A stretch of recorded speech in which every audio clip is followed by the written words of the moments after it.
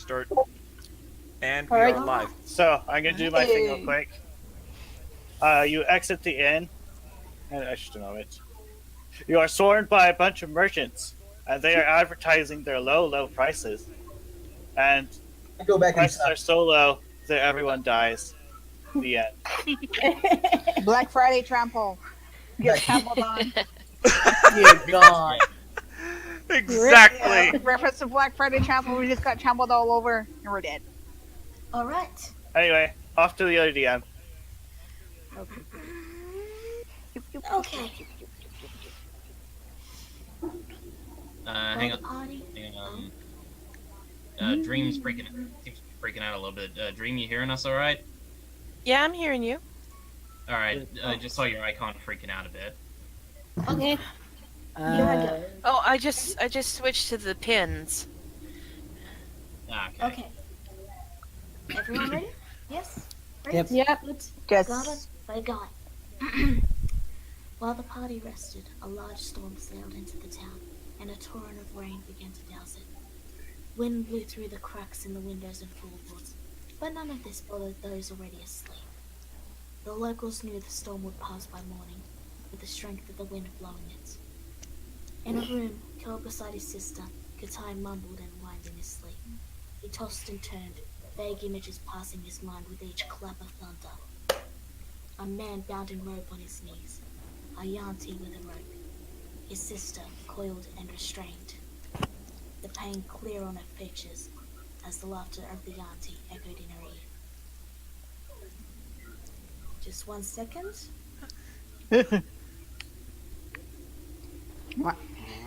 I hate scary stories. That is dark. Free Katai, his voice full of feeling, watched the fox squirm, a hand curled and cupped it by a spell. Looking to the tied-up man. Sorry, Katai's hand curled and cupped it by a spell, looking to the tied-up man. He was struggling, fighting, but the ropes were tight. It was all on Katai. A pained cry escaped Hikari as the coils squeezed her briefly, pained breath escaping her as they relaxed. Still, Katai hesitated. His eyes glanced into the fireball in his hand. I flinched from him as another cry escaped Hikari. Gritted teeth, breathing labored, he turned towards the human, tears beginning to fall as he gave a sharp cry. Katai, wake up! A jolt, heartbeat rapid, emotions wild and untamed. Hikari hugged him, ignoring the moisture in her brother's eyes. They were not unfamiliar with nightmares. The letter, the memories, the clue. Their minds turned to the name, a single syllable, Zet. What do you two do?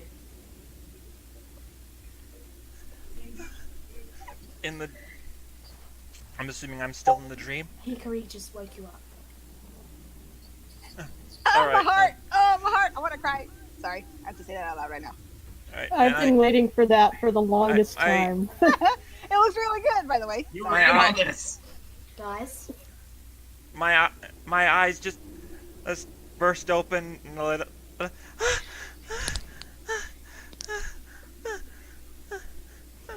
Hikari looks really, really worried.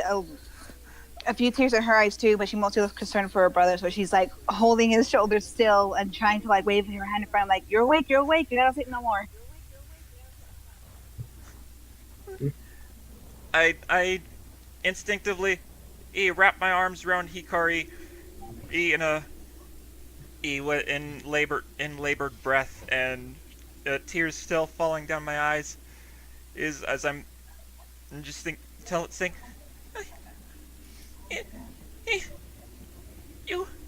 he was hurting you, and he wanted me to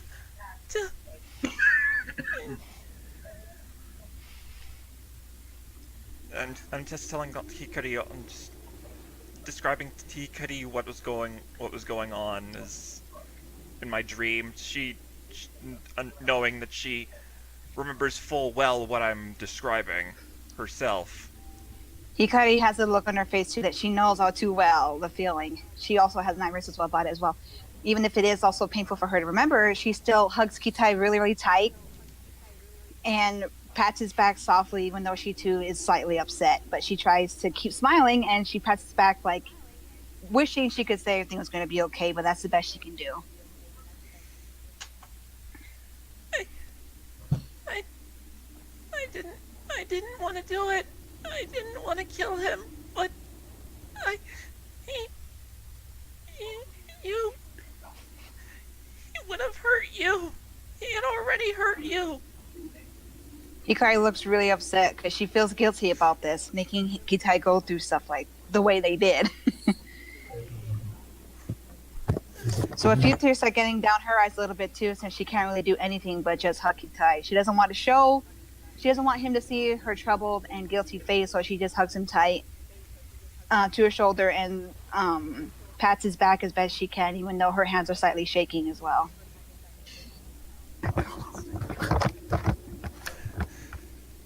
With Hikari's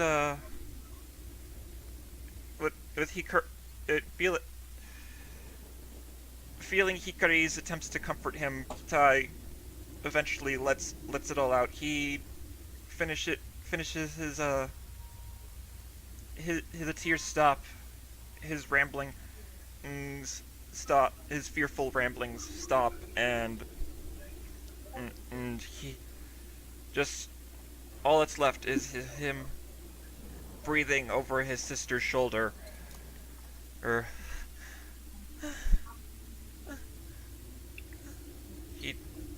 The breathing stops. I just lightly, gently push away from Hikari, and I open my eyes to look into hers, and hers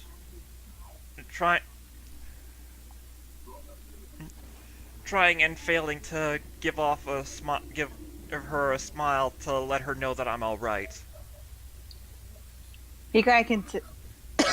Oh. Oops, sorry. You're fine.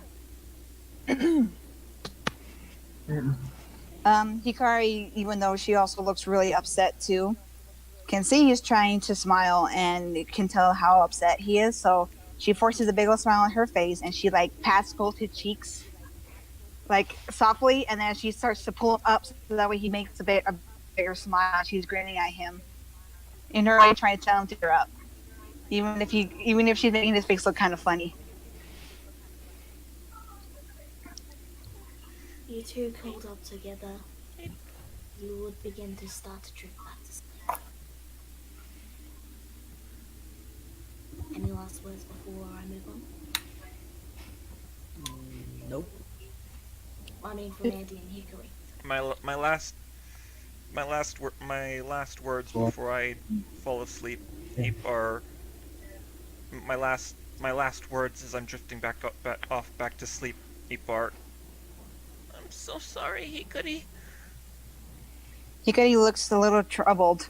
A small glare on her face at first, but not towards Kitai, mostly at the past memories. And all she does is just look at Kitai and give a small smile and pats his cheek again. Even though she's still very conflicted inside, she tries not to show it and just tries to drift off to sleep. Alright. Hey, I know that my druid is considered a druid of dreams. Can she sense all of this?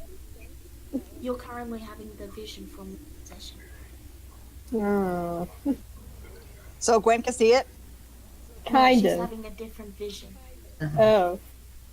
Alright No, then. you can't. You're currently having a prophetic dream, so you can't. Alright. The fresh morning rain sprinkled in then, as the clouds parted, and the sun filtered down. Soft sounds. Yeah, you're really, really quiet. I can barely hear you. Same. Me. I had to turn my volume up quite a bit to listen to the story, Okay, and I'll raise my voice I a still little bit. wasn't able to hear much. Yeah. Sorry. I'm very soft-spoken. Let me just. Yep. Turn your volume up in the settings. Yep. Is that better? Yep. Yep. Mhm. Okay. Check. Okay. Mic Now where check. was I? Sounds like she picked up and moved the mic. Yeah, I did. I moved it closer. That's better. Yeah, that does sound better. Yeah, Okay. now it's louder. Now, Still get a Different pub sh- filter. okay. So, the fresh morning rain sprinkled and danced, clouds parted, and the sun filtered down. Soft sounds of people can be heard from outside the tavern. But now, there was the matter of breakfast. The rumbling of tubbies all calling them to wake. Norm, Rumbling in my tummy. Rumbling in my tummy. For reference. What do you do? Since Desdemona has been up earlier, she's already down there preparing breakfast and making coffee. Coffee, coffee, coffee, coffee, coffee, coffee. Ingrid, I'm hearing the music at the background too. That's not me this Coming time. from Ninja's mind. No, it's not me. Not that loud. My roommate fell asleep, so the TV's off right now. Are you hearing it now? I imagine Yes. that Gwen. I imagine Gwen is helping her. Let me turn it down if I get that. Yeah, Oh. that's really loud. That's not me. Yeah, it's Yeah, not it's from my loud. mic. Loud. I'm wearing a headset, so it shouldn't be me either. Same here. I'm using a headset Actually, I'm too, hearing it so- too. Seems like it's coming from Wed. Red Yeah, boy. it's coming from Wed. shouldn't be. Hmm. It must I be was from Ninja. thinking it then. might be coming from Ninja. No, That's what I and said at first. there's nothing playing over here. Like I said, my roommate fell asleep. It's on Netflix right now, and it's asking, "Are you still watching?" And it stopped. I was thinking the browser actually is playing music. But my Yeah. computer's muted. So pretty much what Oh, what my Xbox One screen, what the screen of my Xbox One looks like after I've watched a couple episodes of the Arrowverse. Guys, I just checked the master volume on the settings. I think it is the site itself. It could be. Maybe it's big enough from somebody. It's not big enough for me because, like I said, my computer's muted. Anyway, I've closed the track, so let's move on. Alrighty. Alright. Yeah, Okay, it is well- quiet now, so okay. Well, Desdemona's the first stop, right? Sure, you all can wake up at your own leisure. Alright, There's a fresh sprinkling of rain on the Down the first outside. food fees. You'll have rumblies in your tummies. Something like that. Right. Gwen is well, up earlier than usual because she's so excited for today. She knows what today is. Breakfast. I go look for Frey. Frey has left you a note saying that Frey has left Hyde a note saying that she's going to be busy today dealing with her hangover and to have fun without her. Typical. I head into her room and I leave a note for her saying I'm borrowing her bag of holding for the day. Okay. You Wait. borrow her bag of holding. Borrow. Air quotes. Borrow. Hang on a sec. The notes, I will be giving it back afterwards.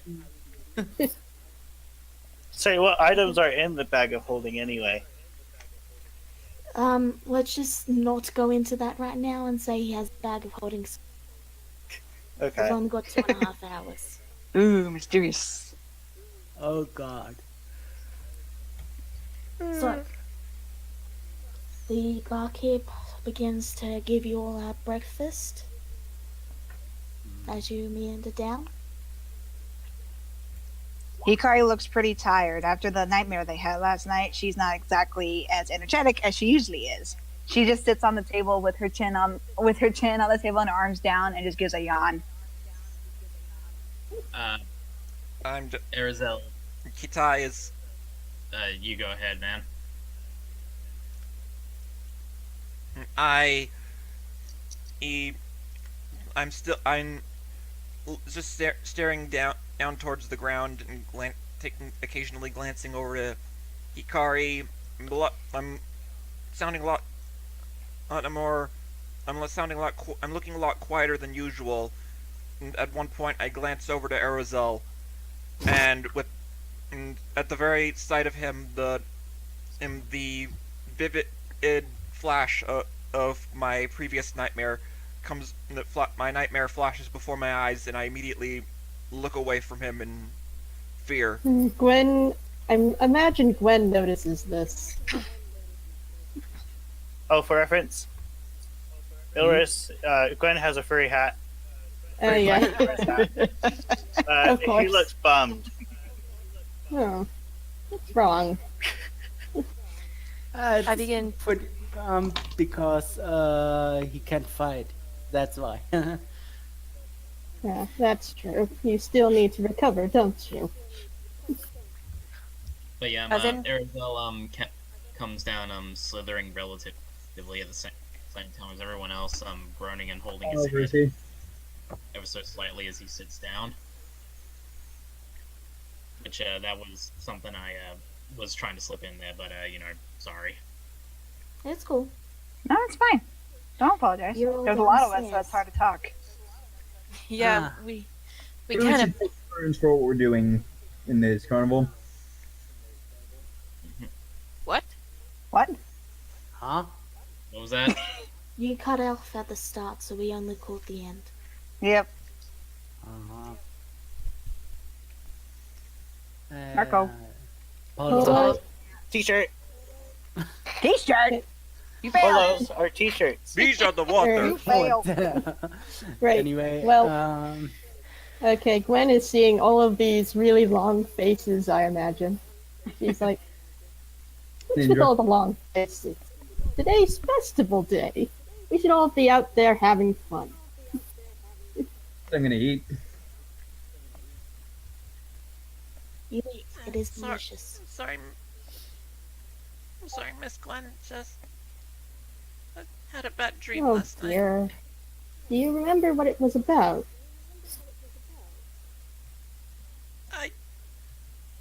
I'd rather not. Hikari looked troubled by this too, saying that she doesn't really want to talk about it, even though she can't talk. It's okay, dears. You don't have to talk about it. It's all good. I begin serving him some apple cream cheese monkey bread. Not made of real monkeys, mind you. But I don't say anything but give him a look that says, you don't have to say anything if you don't want to. Go ahead. Thank you, Miss Mona. It's actually Miss Grigoroff. Okay, Miss Grigoroff. Ilris jumps off of Green's head. And goes in front of Katai. And looks like, pet me. Well, they do say petting animals relieves stress. I agree. Bartholomew flies from his little perch over the door and just nestles in Kitai's hair like it's a little nest. Kind of like, I'm here too. Now pet me. Aw. Kitai lets out a. Excuse me. Kitai lets out a light chuckle and starts petting both Ilris and Bartholomew. Thinking out loud. Oh, I'm kind of an animal too, you know. You're Faye, essentially. Yeah, Hikari glances to Katai, and she sees how Eros and what's his name again? I forgot the man's name. Bartholomew. I'm sorry, horrible with names. She sees how they're trying to confront her brother, and she gives a small smile, seeing him suddenly cheer up. But she still glances away, looking a little bit unsure and troubled, thinking about the wizard, including what they found the other day at the hideout. Speaking of hideout, Hyde just joined the group as the last one. His fur is actually pretty groomed today. As Hyde arrives, there is also a bit of a commotion at the door at the entrance. The party notices 3 enter. 2 guards and a familiar figure. It was one of the captives they'd freed. They approached the party, having been looking for you. And the woman speaks. I just wanted to thank you for rescuing us. We were planning on leaving town immediately, but, well, went in Harvest Festival. She places down a small note as the guards place down a scroll, a tome, and a large, oddly jeweled eye patch. Actually, delay that. They place down the tome and the oddly jeweled eye patch. It was massive, likely made for a large creature. It smelled like bugbear. Hmm. Dun. Hikari scrunches up her nose at the smell. Or scrunches up her face. Gwen's frills tense up at the scent. The note she has given reads as follows. I'm sorry my family cannot give much. We have nothing I can really reward, except for some information. When I was young, we fled from the town of Thunder Tree after undead overran the place. We owned a herb and alchemy shop. Inside the place is an emerald necklace, hidden beneath one of the storage shelves. I never dared to return to retrieve it, but if you're in the southernmost part of Thunder Tree ruins, it's yours. The jeweled eye patch is worth 50 GP, but perhaps you want to keep it. The tome is written in Dwarvish. And as you're Dwarven? looking over the Dwarvish. Yeah, Dwarvish, Dwarven. Any of us know? As you're looking over the items, one of the guards speaks up. These are the items we found at the hideout. We have no use for them, though. I could give you 30 GP for that eye patch, though. He's a pretty big, burly man, and it looked like it probably fit right over.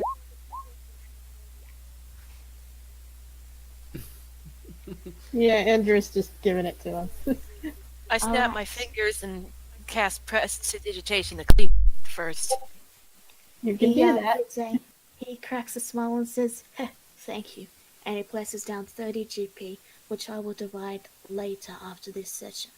Alright then. Yeah, So- Hikari's fine with getting rid of it. It smells. You are left with the tome that is written in Dwarvish. The guards and the woman bow, and then they quietly leave out the way they came. Hides Well, and thank As you they very leave, the much. doors towards briefly Ben's open, and left. there's a slamming of conversation before it closes, and you once more left with the quiet conversation of the tavern. Thank you very much. I'm not sure if I can. I can read Elvish. But I'm not sorry. I'm not well spoken with Dwarvish. Yeah. Oh, if only Dundren Rockseeker were here. We still need to find him, by the way. Who? But obviously, finding him can wait until after the festival. Alright. Yeah, that's true. You can take care Because of it. apparently the festival is more important. As It the is. For woman now. said, when He's in out of, like, Harvest the- Festival, These out of like the 4 languages I know, like Dwarvish is not one of them. I think none of us Right. know. you poke at Unless, the door. unless I only know Common and Sylvan. I know Dragonborn, Common, Druidic, and Elvish. So, who's going to hold the book in I'm in Elvish and Dwarvish? Undercommon. Who's gonna hold the book? I'll take the book. I am the Alright. bookkeeper now. You have the Gwen the tome- bookkeeper. Well, I mean, to be fair, Gwen does kind of have the look of like a librarian in a way. Yes, she is very studious. Yeah, Actually, or the now one that's you more think- less likely to lose or damage a book as well. Everybody else will probably just throw it. Yeah. Alright. So you were fed. You've all met, you all gathered around the table together. What do you do? So, today's Harvest Festival. Oh, yes, I'm that's aware of right. that. I propose we take a break from adventuring and and Okay. and have a little bit of joy for each for us. Don't I second this. especially after the dog beers. Yeah, it's Arizel just casually waves as he's still holding his head and says, "Yes, sure, whatever suits you." oh come on. You deserve to have a little bit of, don't you think? I'll consider it once the hangover leaves. Actually, there's something I need to speak with you. Erizal, was it? Yes, ma'am. I'll speak with you alone, if you mind. Very well. I'm going out. You'll briefly walk to a corner of the room to talk quietly. By the way, I was promised flirting, but I haven't heard any yet. Because Promise what? Moving. Oh, never mind. Flirting? Well, Gwen isn't up for flirting. Guys. So, you and Ariel move to a corner to quietly talk together. What do you do? Just a minute. As they walk, kind of like Kitai Hikari kind of eyeballs Arizo wearily, but she just looks away after. I'm surprised you're not interested in spying on us. Don't give me ideas. I was debating it. Don't give me ideas. I'm debating She's it still too too. tired. She's still too tired. I will actually roll a perception check to see if I can actually hear you over here what you're saying. Roll it. Would be perception Lovely. check. I want to do it too. I triggered mine. I want to do it too. What? I don't hear any. Nope. Oh! My turn. My turn. Indra, you can't hear anything. Hey! Oh my god. Hickory, you are able to hear what they talk about. Now, Woo! what are they talking about? Can I wild shape? Fox ears Can for I the win. please wild shape? Yes. Sure, if you want. Okay, I'm gonna wild shape into a spider and sneak into the room. Spider You Queen! know, they. Okay, I've triggered the peanut Destin- gallery. okay, guys, Desdemona, Ariel, you just watch as Gwen wild shapes into a spider and crawls after you. Unless you want to roll a stealth check. I'm gonna try and roll a stealth check. Where is it? It'd be your spider. Nope. Not stealthy. So Not you stealth. see Gwen transform into a spider and crawl after you. Take me with you. I immediately notice her, and I immediately notice the spider on the wall and glare at her, and I say, "Gwen, I appreciate your concern, but can you please leave us be? This is between the two of us." Gwen skitters away in shame. And then she turns back to normal. Alright, She's so like hiding her face on Ninja- the table. Only Ninja can hear what happens. Desdemona, Ariel, you're allowed to quietly talk. Alright. Ready? Once I could tell that we were alone, I breathe in a sigh, and then I speak to Arizel. Listen, I wish to apologize. For my behavior, I mean. Things got a little too personal, and I lashed out at you because I got emotional.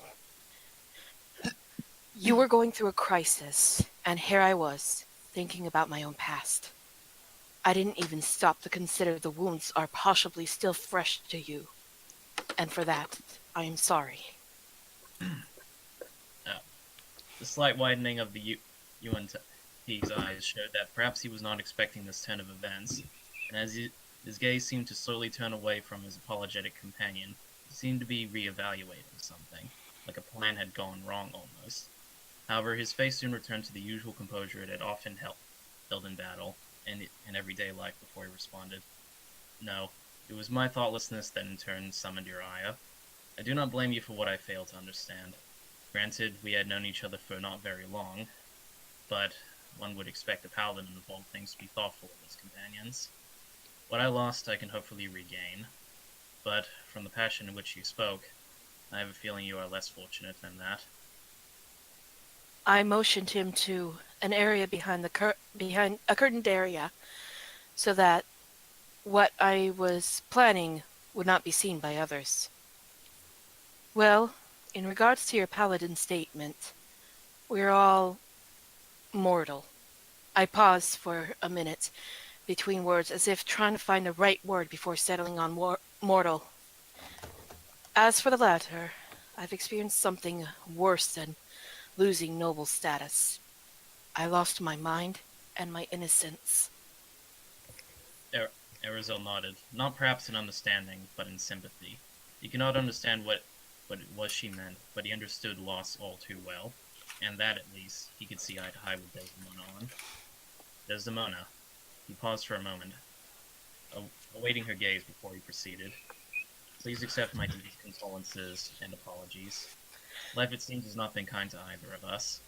Although the severity of tragedy we have suffered is vastly different, I do hope I do not appear as some pampered fool who does not understand what he has actually lost compared to others.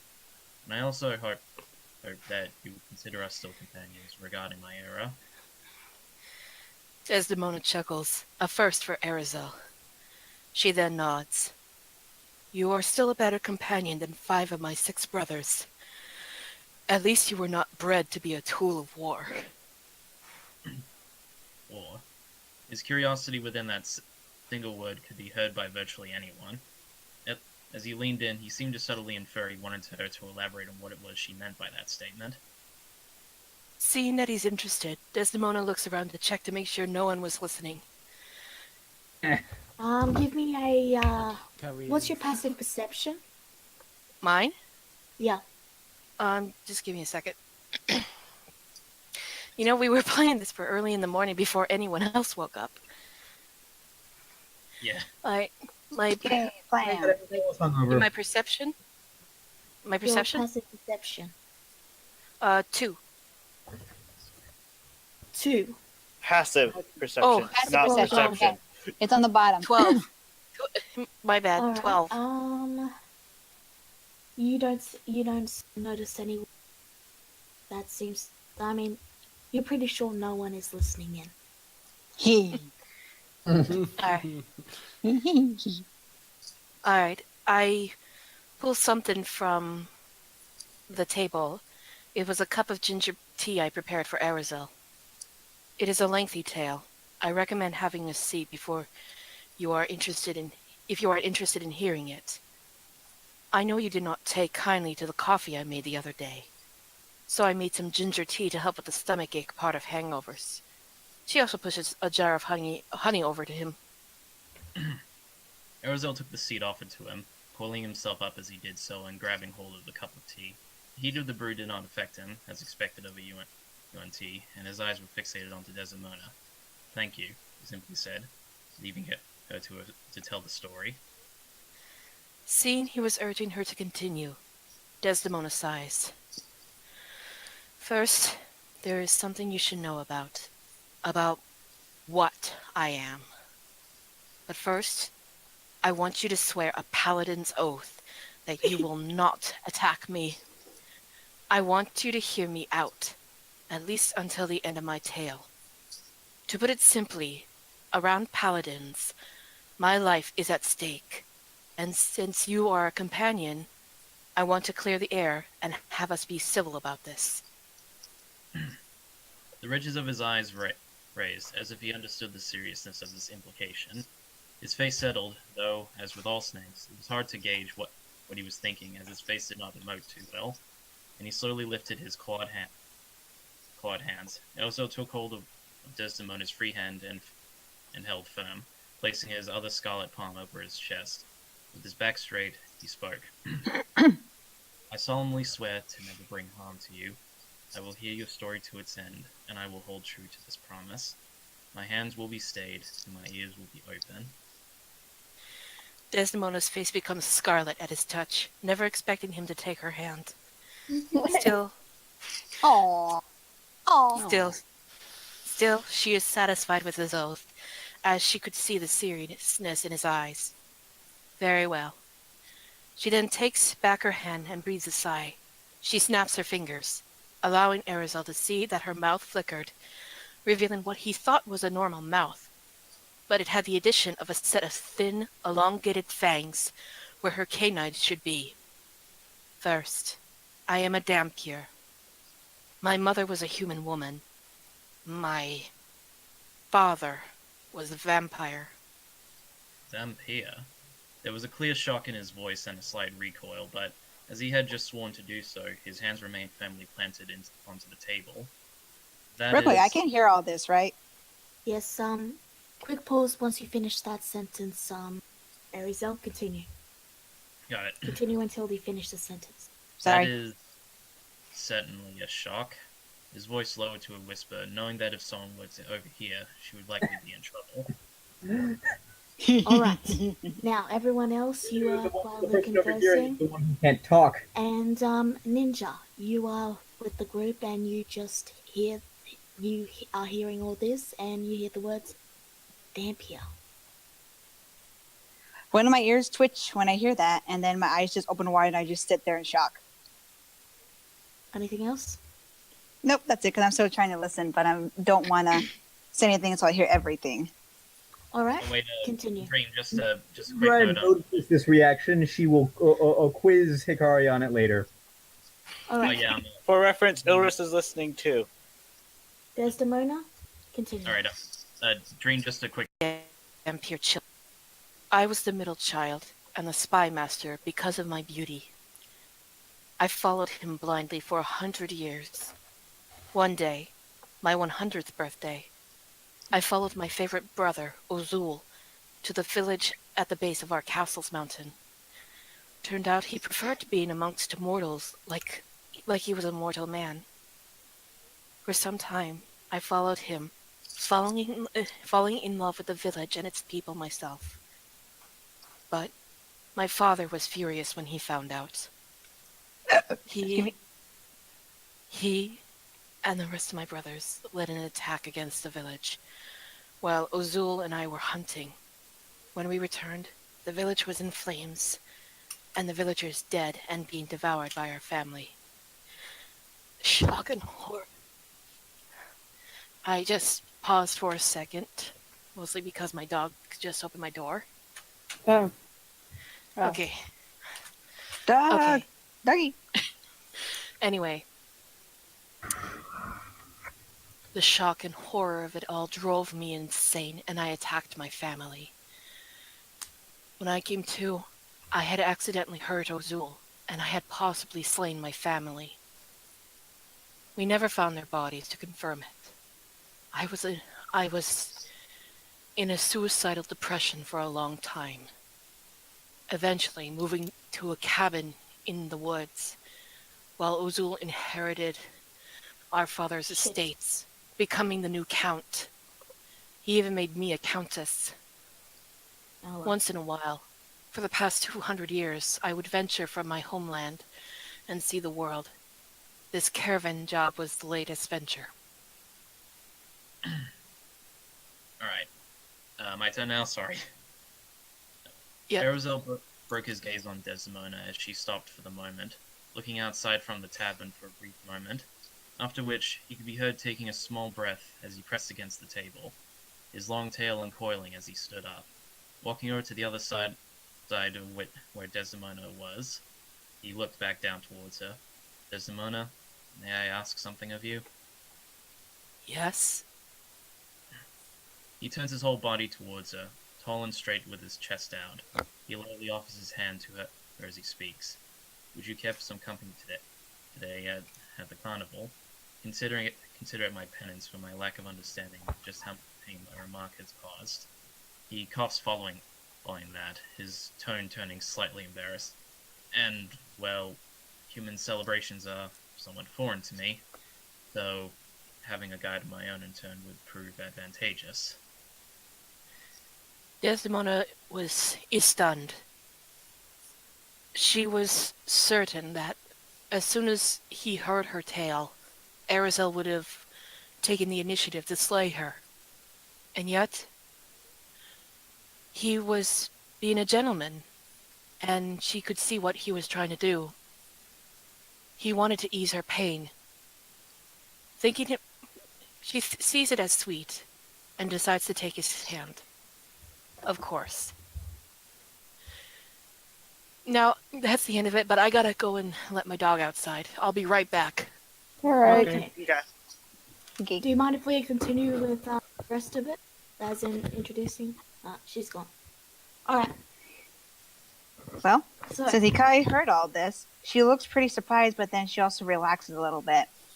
She now understands a little bit more better now for the fact that whenever Desmona had hugged her and Gitai before in the hideout, why it had felt so cold when she had hugged them. So now it makes sense to her.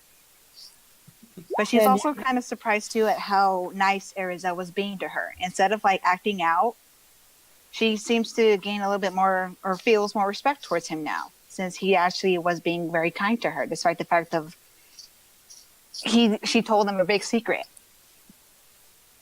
She's gonna remember this for later on with Arizo and with Desmona for sure. For the record, Hikari there. And you can't Hyde say a single word.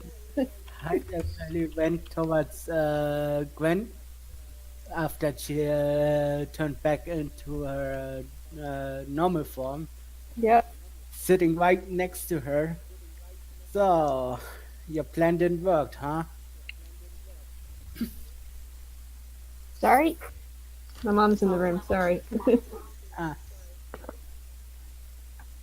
So, your plan didn't work, huh? Nope. Everyone Yeah, they feels know me too well. by this point, Dream and Desdemona and Arizel reapproached the table.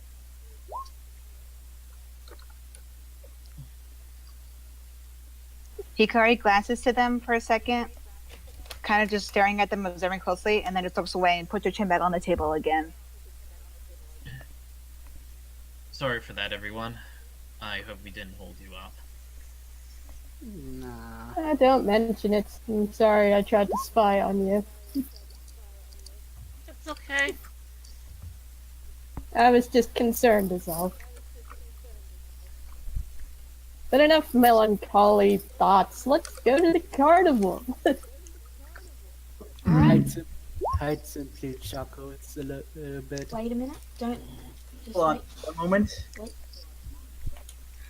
Don't leave the area just yet. Go in. because Okay, I'm back. Alright, No. welcome Welcome back. You're just in time. I'm about to describe the scene. Okay. Are you all ready? Yep. Okay. When you emerge into the clear, bright sunny day, a fresh autumn breeze blows past gently. The clouds Seems like I curling missed as birds something. flitter from tree to tree. A large crowd gathers around the many tents, having been prepared and set up. The roads paved with pumpkin spice. Each one hung. And 1 second, and then I'll get to you. Okay. Each one hung a number that was easily. At the same time, the shrine break maiden up. could be seen giving out small bags of candy treats alongside maps made on cheap Hey. paper. Hey, The Fela, can you speak a little bit louder, please? Hey, you're breaking up. Yeah. A large crowd gathers around the many tents having been prepared and set up, the rows paved with pumpkin spice. Each one hung a number that was easily even from a distance. At the shrine maiden could be seen giving out small bags of candy treats alongside maps made on cheap paper. The maps depicted the 10 tents and what each tent housed. Alright, now what were you saying, Dream? I said, I must have missed something with what Hickory, Basically, all you missed was that you and Arizel returned to the table and they said, sorry about that, and then they said, that's fine. Yeah, pretty much. And it is definitely Wedwood's mic that is picking it up. Yep. Why? That's the What's being picked up? music. Music. The music from the jukebox. Yeah, just I don't know if you Well, can, why but is it- just mute the tab on your computer. Like there's like a little like It- on the tab. There's like a little like what's the word? Speaker? A speaker. That's the word. There's like a little speaker in the tab that if you click on it, you can actually mute the tab itself. It's master volume, I think it's called. Okay, yeah. That's something else. I thought that was supposed to be there, whatever that music was. No, that lets you it's a new feature, I guess, on the browsers where you can actually see when a tab is like playing something, so a little speaker pops up. If you click on it, it'll have like a slash through it, which means you mute the tab. Yeah, it was coming from Roll20. Pretty sure Yeah. Phil put that music on. It's Yeah, I put the the DM music- jukebox at the moment. Yeah, Mhm. it does that on my computer too. So usually I just mute my computer or I just mute the tab, but you can do either or. Whatever. Now. Ilris obviously doesn't know what to do, so he stays close to the Gween. And whenever they pass by a merchant, he stays on the opposing side of Gween. Gwen. Gwen, yes. When, yes. Looking suspiciously at merchants. Yeah, Okay. you're still looking for him, aren't you? He's a mysterious fellow, that one. You can see the shrine. Actually, you know maiden. that his look is more of probably more of irrational fear of merchants. So you can see the shrine maiden giving out maps at the shrine. Maps? Yes. At the shrine maiden could have been giving out small bags of candy treats alongside maps made on cheap paper. The maps depicted the 10 tents and what each tent housed. Yeah. The streets Sorry. are filled with both fae and undead and townsfolk.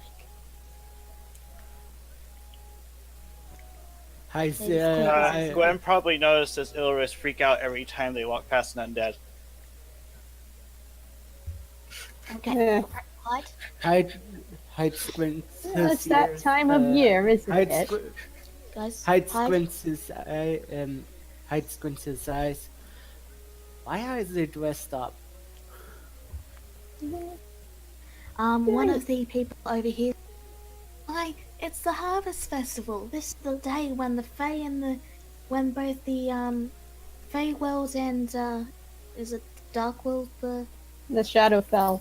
Shadowfell come together and we all celebrate living another year. It's a huge thing, and just they all just give a happy laugh and head off towards another tent. Oh. Gwen nods. Ilris climbs up on Gwen and becomes her hat and shivers because there's undead everywhere. There's no need to be afraid of them. Then there's Faye here, like us, Hikari. Hikari doesn't really look like her normal self, but does nod, slightly curious. Yes, can you're see seeing dryads, dryads, and Sages. I assume that's a pixie or a sprite. Yep, there's pixies. We don't remember the Feywild very well. We just know that that's You where see, we're from. Blink, and a dog teleports in. It's a blink dog. Stealing a look of the road before fleeing back into the shadows. What in the...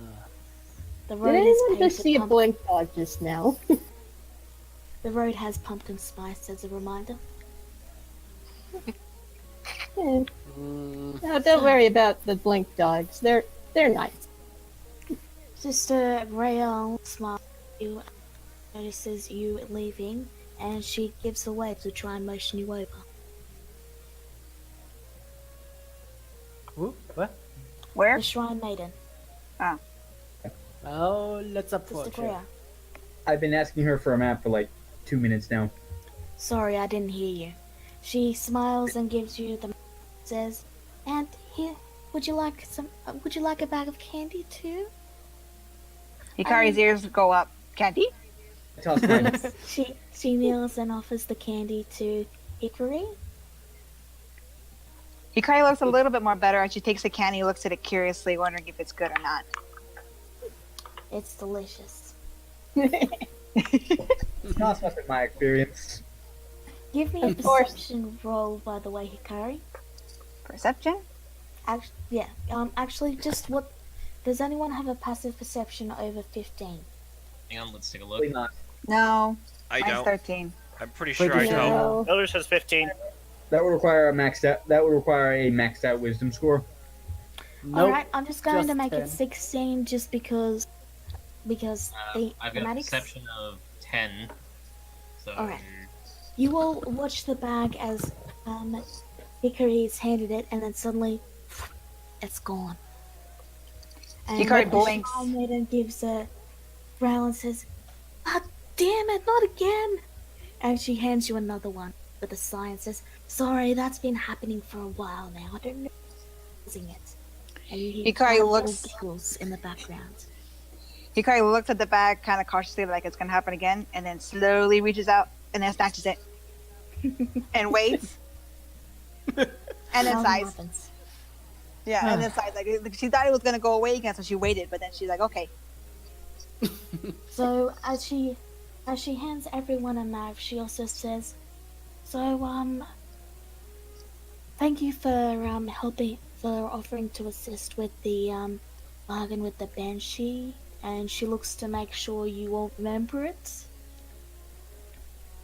Does anyone show any recognition? Nope. About what? The, A She, band? You guys don't she remember Banshee. me mentioning that? She, I just She gives blinks a bit confused. she gives a sigh and says, Elder's face palms. "Yes, Face paws, I mean. Pause okay, face. I do not remember She- this. guys." She gives a sigh and says, "Okay, so recently Superior has asked me to undertake a mission.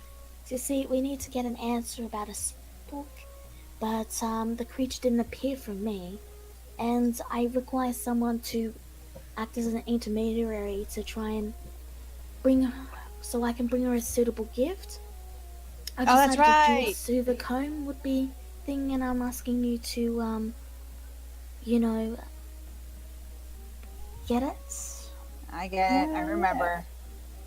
Oh no! So I need remember? you to go there and persuade her to tell us what she knows, and as a reward, you'll get 3 potions of healing." Well, Ah. She offers the maps, and she says, "Well, even if you decide to not do it, here's the maps. You enjoy your day." alright, thank you very much. We'll definitely consider the job. She smiles and says, "Thank you. It would be nice to know what the spell contains." How And do with the you bag- touch? Alright. I'm looking at the map and I'm going, so where should we go to first? Pardon, Hyde? Right. After we left from the shrine maiden that I've found a bit, how are you supposed to talk with a banshee? That's what the jeweled silver comb is for, to persuade her. Oh. Hikari looks I- through the bag, sighs, and offers the bag to Kitai with a small smile. As you do that, you notice as it vanishes, Thank you, Hikari. only this time you notice the tug. And then, bam! You see a dragon with fairy wing as it takes the bag, nickers, and flies back up. Oh, you mischievous little thing. Okay. Hikari blinks and then stamps her foot with a pout, like, "That's mine!" Yes. Does Elder see where guys went? I'm sure you can see it exactly. He chases it. The dragon flies away. Hikari and follows. Doris is Hikari left follows. with- Ilris, Yeah, here we go He goes again. up the building and The growls at dragon it. turns. Okay. You're just gonna The just dragon stand. turns invisible and flies away, leaving Elros with 50 bags of candy. 50. Yeah. This one had a sweet tooth, it seems. Darn. He picks up a Wow. couple of the bags and then jumps with his mouth and then jumps down. I was just gonna say, those got to be tiny bags of candy. But you know, they're like small hands. An arm. Well, she did. The nice lady did say, and they've been just going missing all day. Elris then points at the bag and then points at the roof. I look up. Are you telling me there are more up there? He nods. Hikari looks a little more better and her eyes lit up like, ooh, more candy. Those Can were I, can I, that candy was all stolen, Hikari. We should give it back. She deflates, looking kind of sad, like, oh man. It's okay. We've still got two for us. I chuckles a bit. That's a good idea. Let's get the Shrine Maiden the candy back. That was I stolen. agree. So The long main as that question here fairy is how dragon do you doesn't get the come bags back. down? Elris can only do a couple at a time. Hmm. And they're on Yeah. top of the building. I could make a dexterity check and climb up, and then toss the bags down to. Oh yeah, Elris could probably grab someone and go up. I cast guidance. I'm just gonna climb. Give me an acrobatics. Can't I just mage? Can't I just use mage You hand to don't get know them where down? they are. You can't see them. Okay, make a perception check. We're too short, Kitai. We They're can't on see top very of the well. roof. You'd be able to see them. Make a yeah. Yeah, I'll say you successfully scale the roof. So Assassin's we Creed just gotta style. pull them all off. Elris leads you to the pile of bags. You can see them, Elris. Thank you. You watch one of the bags suddenly vanish, and then a second one, and then a third. Hikari holds her back to her chest and runs. Mine! Darn fairy dragons. Mischievous bunch. Hop off. They like to steal small, shiny things. As Right. Hickory is running away, she is surprised as a dog appears in front of her and begins licking the the man there tries to sweep him away, saying, "Stop it! Stop it! Stop!" Blink dog blinks away. Wait, he was licking me? No, he was licking the pumpkin spice on Oh. the man sighs and goes back to sit, standing in front of her. Hey dragons, blink dogs. So how many bags did we get down? You got 25. Wait, how many? Yeah, 25 bags of candy. The rest were all disappearing. Poof. For reference, when the bags were disappearing, Elris was like, "What?" Yes, they do that. The bags are basically just candy. They're fluff items. They're not worth anything. Yeah, I know. Yeah, we're just giving the candy back to the Shrine Maiden here. She gives a Exactly. happy smile. Thank you, and she gives you the next bag of candy as thanks. Thank you very much. No problem. And make sure that the Be fairy aware, dragon there are doesn't. fairy dragons about, and I like to steal these kinds of things. Yeah, Hikari looks a little bit more better now as she like snatches her bag away quickly while looking back and forth like, nope, I gotta get mine. Nope. You can hear a quiet giggle in the air. All right, moving on. So, you've got the map of tents. What do you do? Oh, naturally. I go straight for number one. Okay, you watch as Indra just books it right. I'm sure we talked about this. I mean, I don't. I Moving know. on. People are like walking. What is everyone else doing? Dance competition.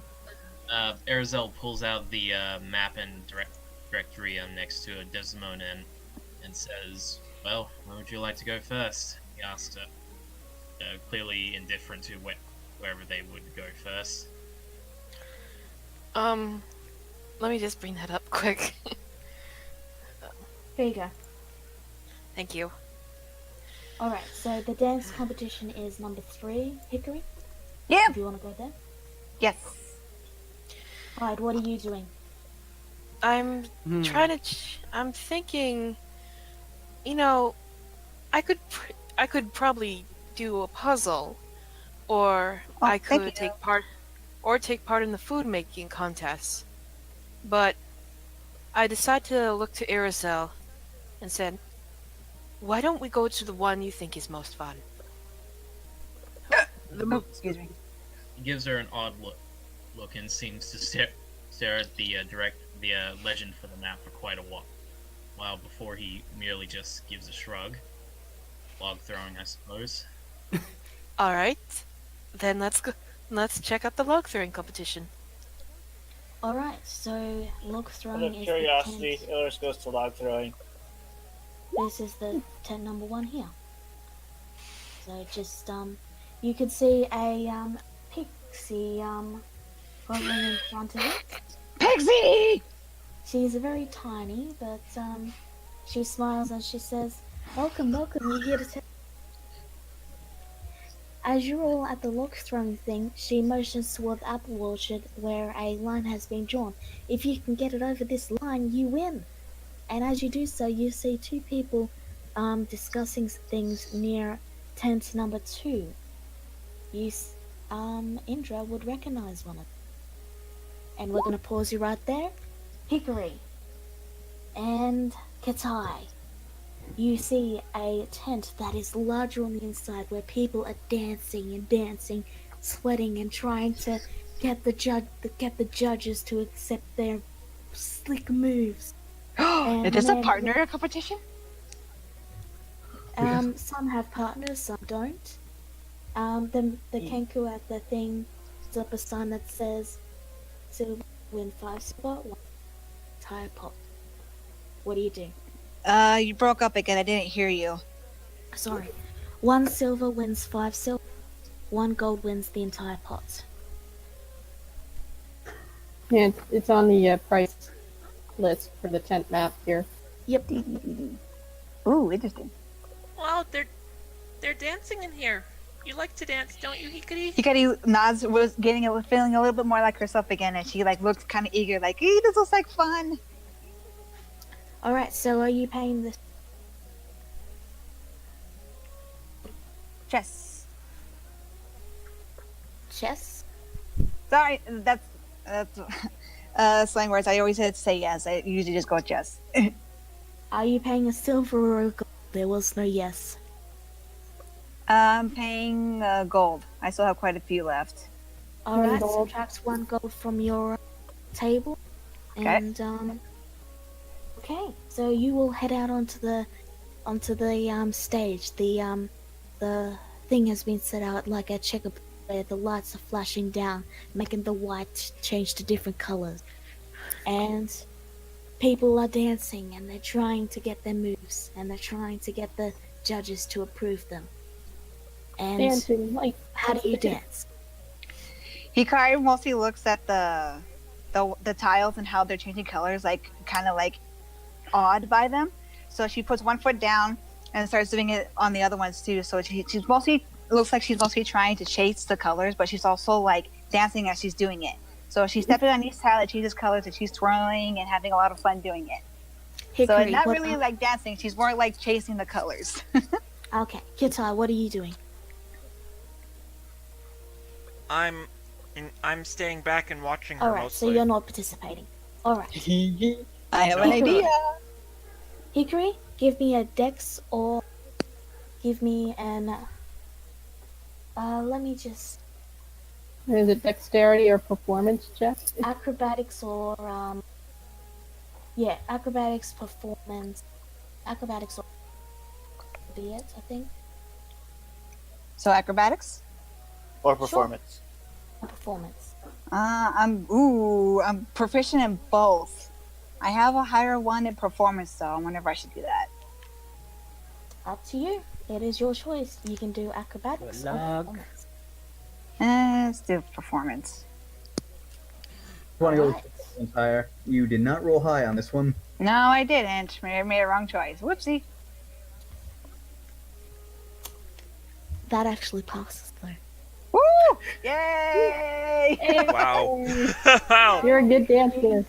Yay for Kitai Yay for watches skill as modifiers. the entire dance floor seems to part and watch as Hickory seems to dance and duck, her feet tapping each of the colors as they light up and dim, and her moves, her hair, and the judges just begin clapping, and they just they say, you win, and they place down a load of you win.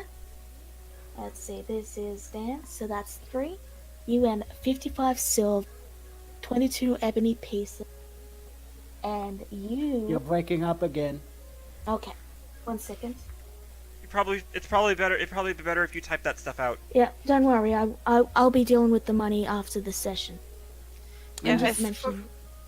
Yeah, for a But moment I thought that's you all said, she won some You- ebony. I thought you said she won some ebony peas. You won 55 silver pieces, 22 ebony pieces, and this. Ooh.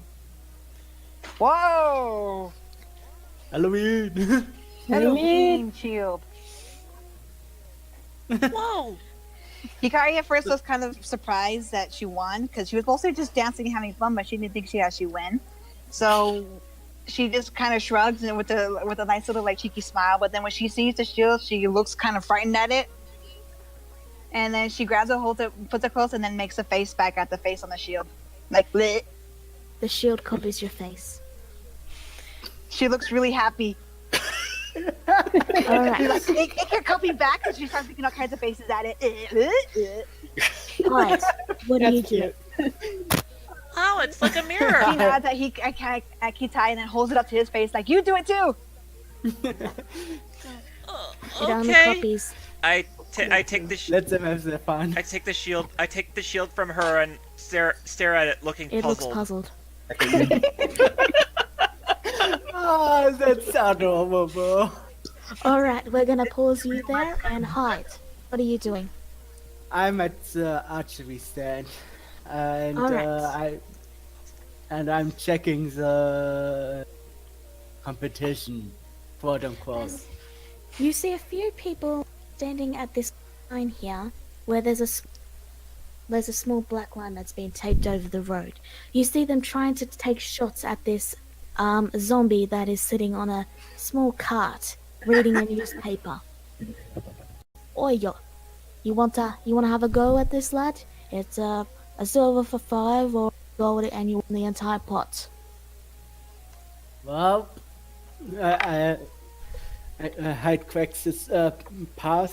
Well, I'm in with 1 gold piece. He nods and he gives you a bow and some blunted arrows, and he says, "Alright, if you can hit the skeleton, you win, mate." And he ushers you over to the black line.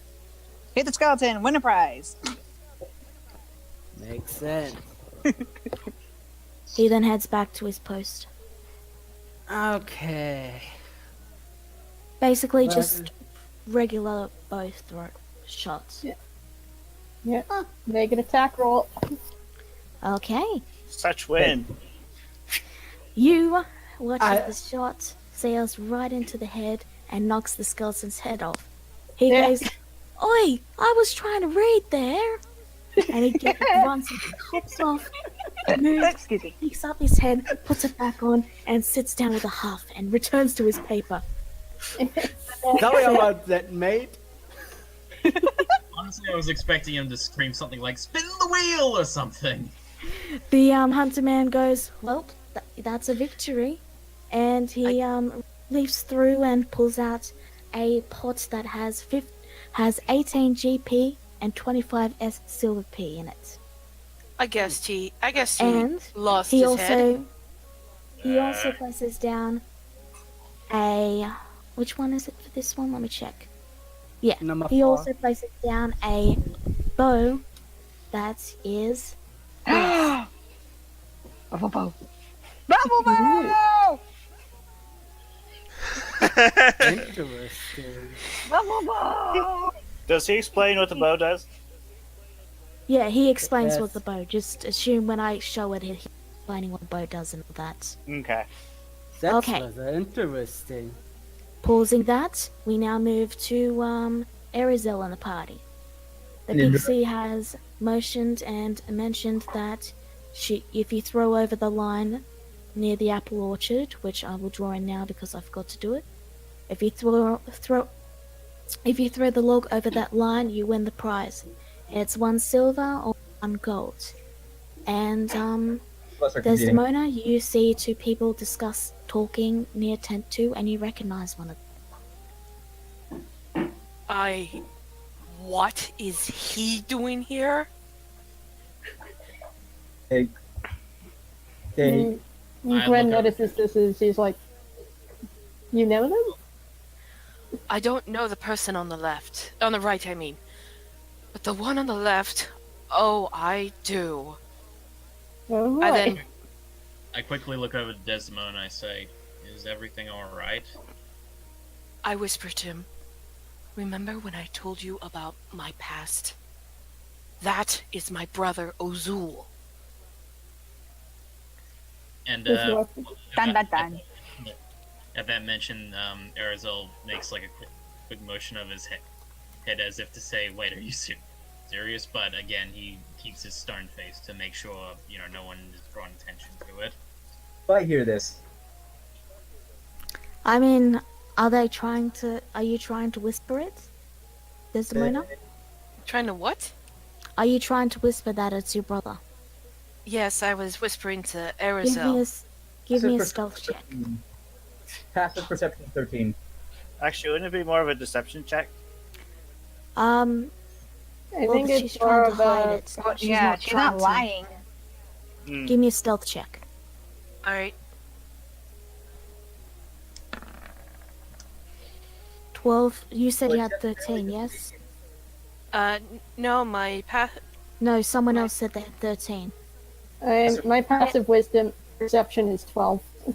Okay, so everyone who has a passive perception of 12 or higher would hear what she just said. Your Except brother. for what? except Everyone- for like Mikitai and Hyde, right? So they're too far away. Mm-hmm. Yeah, you three are too far away, but everyone else who has a passive perception of 12 or higher would have heard her. Like tossing a pole right now. All right, Oh, and Give you- I go into a rage to get advantage, which didn't matter in the end. you paying gold or a silver? Gold. Gold? Okay. You watch as the just throws and slams over. The pixie goes, "Damn, ain't you a strong one?" And she gives a Roger. soft giggle, and she grunts as she buzzes her wings and manages to put down the pot, which is 33 silver pieces, 8 gold pieces, and let me scroll up and get it. Teddy bear? A toy axe. Wait, Arizal didn't make a throw. It's a ring! Yeah, No, because infra Indra did. Oh,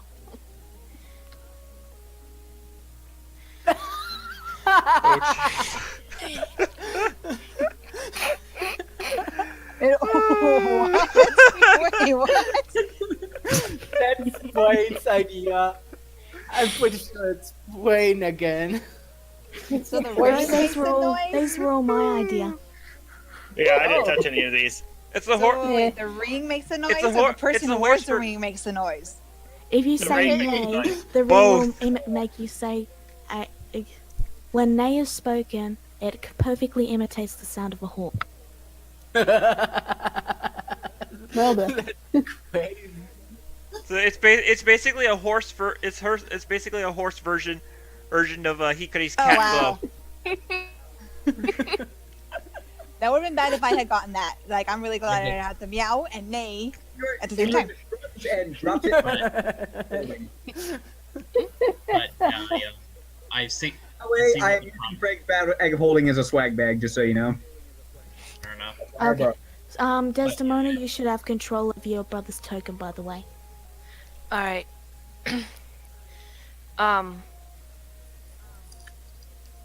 I and Ozil watch patiently as. Okay, Arizel's watching the competition, or is he throwing? He's talking to the grey. No, oh, no. Arizel. I'm talking about Arizel. Yeah, I'm going to compete in it, but Indra just went first. Also, quickly, Katai and everyone else, you've by now finished, so you can rejoin the party if you so choose. Rejoin. Rejoin. Rejoin. Okay, you rejoin the party. So, just double checking, is there only one prize per thing? Pretty much, yes, with one exception. Okay. Alright, I've had enough prizes for one, basically one extra in case I do one again. I want the teddy bear. Okay. Alright, well, I'll do my thing anyway, so... I kind of want to see Kitai do the puzzle one, and then see Kitai and Hikari go the Funhouse Bear Yes, Maze. me too. That's what I was thinking. Alright, Alright, so, pause again. Arizel. Yeah. I'm paying 1 gold, Okay.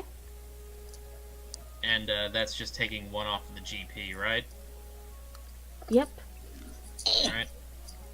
Don't worry about the prizes, because I will tell you how much you earned in total and divide it after the session. So it's an athletics check, or a strength. Athletics or strength check. For what? He's throwing a log. Alright, I'll do an athletics then. Okay. Whoa, nice. The man doing... blinks and he says, "Well, damn. I Sorry, actually wasn't expecting this. I don't actually have any money, but here you can have this here teddy bear that Teddy bear. that I was saving for us. But yeah, he places down the teddy bear, and That's adorable. Oh, teddy bear. That's a teddy. That's a Dragon teddy bear. dragon. Dragon bear. he Oh my god, he she's says adorable.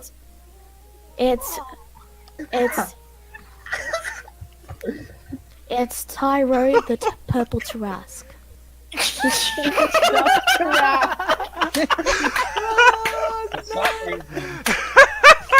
That's amazing.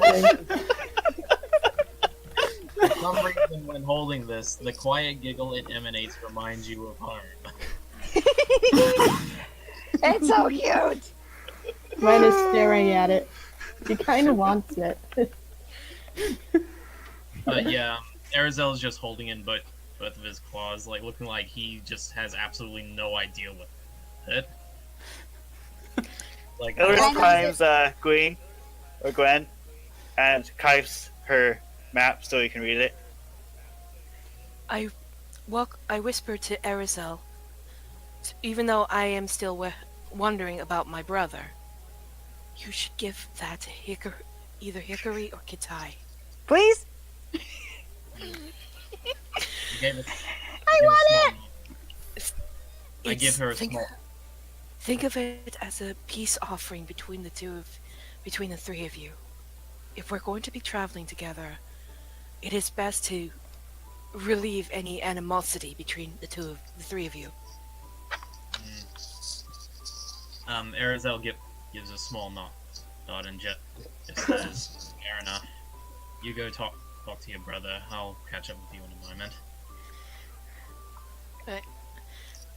I walk over to Ozul and I whisper, "You, me, Woods, now!" Oh! Oh no! Again, I'm not controlling your character, so you can control. I'm praying that the others may follow. Alright, well, we're going to pause you there. Let's just say you should have control of his token, but we'll say he follows, and we'll go back to Arizel just for now. And pause and go back to you. I'm of the opinion that they're so far away that we can't hear what they're saying anyway. But you could follow. This is true. But for now, Arizel. It But seems yeah, like I approach Hikari and Yatai, and I clear my throat to get their attention. Mr. Arizel. Hikari was eating the candy for a second, but she jumps hearing the name and like pats her chest like she was about to choke. And then turns around and faces Arizo. He scratches the side of his head for a moment, and he says, I won this in a competition of strength. I have no use for it, so I hope you'll accept it as a gift. And I hand off the stuffed toy to Hikari. Hikari stares at it for a second and looks at him closely. She remembers what she overheard between him and Desmona. So she gives a silent sigh and smiles up to him softly, and then grabs it and then puts it to Hikari's face and then makes him take it.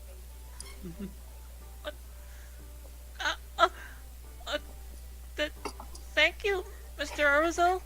And giggles as you do so.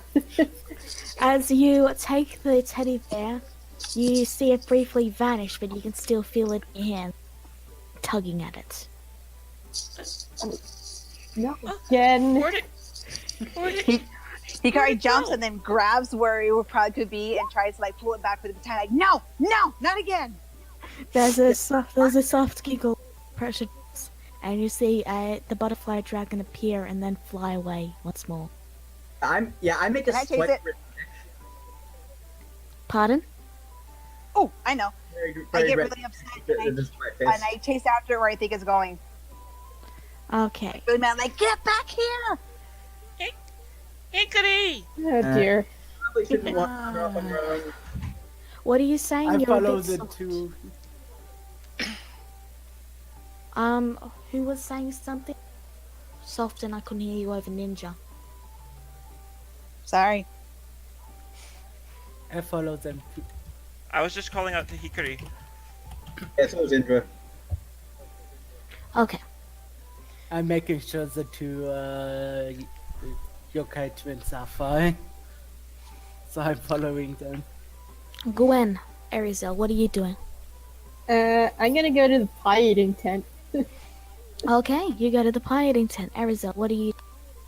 As for me, I suppose my next. Excuse me. Well, currently I'll just wait for Desdemona to get back, seeing as I said I would, be a company for the day. So I'm just standing in the middle of town waiting for her to come back. Okay, you awkwardly stand there as you watch Gwen head for the pie eating contest. At the front of the table, you see a few people sitting down for the contest. You can see which character is that again? Oops, I bumped my mic. That is a dryad. You see a tree dryad just slowly motioning everyone, and she smiles and says, "Are you participating in this hour's competition?" Oh yes, I'd love to participate. She smiles and says, "Well, please sit down when you're ready. You're gonna need a lot of beat us. We got a couple of really hungry people." And you see one of the contestants is a very rather large-looking man. Alright then. So you sit down, and this is a Constitution saving throw. Okay, before any of this, can I cast a spell real quick on myself? Which one? Enhance ability. And I'm gonna give myself Bear's Endurance, which gives me advantage on Constitution checks and saving throws. I'll allow it. Oh, Becca, you sneaky. Alright then. Yeah. Okay. It's not cheating if you Alright. get caught. So you cast that. Okay. You sit down and Constitu- begin. So Constitution saving throw. Yep. With advantage. Mhm. Ooh. Oh no! Ooh, That ain't good. Excuse me. well. Well, darn. Give me another. Ooh! Another one. Okay, guys. Another one. Do it, do it, do it. That- Okay, so as you start, you begin to eat the pies. You're eating through them. They're massive pies. You struggle a bit at the start, and you're just going, "This is way too many pies." But you glance over and you see the round man, as he's just eating and wolfing them down, and your magic kicks in, and you get this glint in your eye, and you begin to eat, and you eat, and you eat. Man glances to you. The man, you're eating, and then the man goes, "Woof," and he begins to cough and pat his chest, and then the dryad goes, "And you are the winner!" And Yes. you get a round of claps from the small audience. Ellis claps too. You get, for the pie eating contest, 18 GP, 13 silver pieces, and this, let me just check, pie eating contest. Yes, you get this. That's all many pies.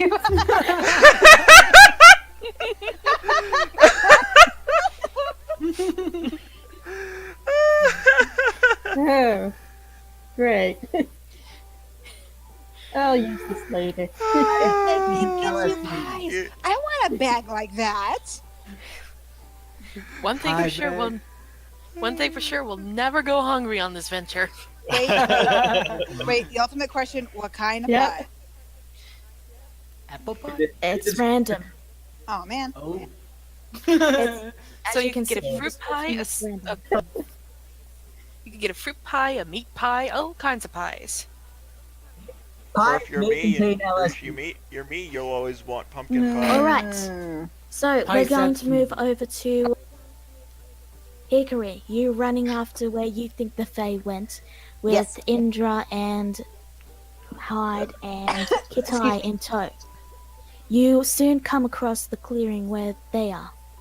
And you're not exactly being subtle, so they see you just burst out and going and just looking around wildly for the fairy dragon. Oh, there! No, that was a leaf. There! No, that was a leaf too. Yep. I'm Yeah. going to the. Also, when I part like Moses with the Red Sea. part like the Red Sea.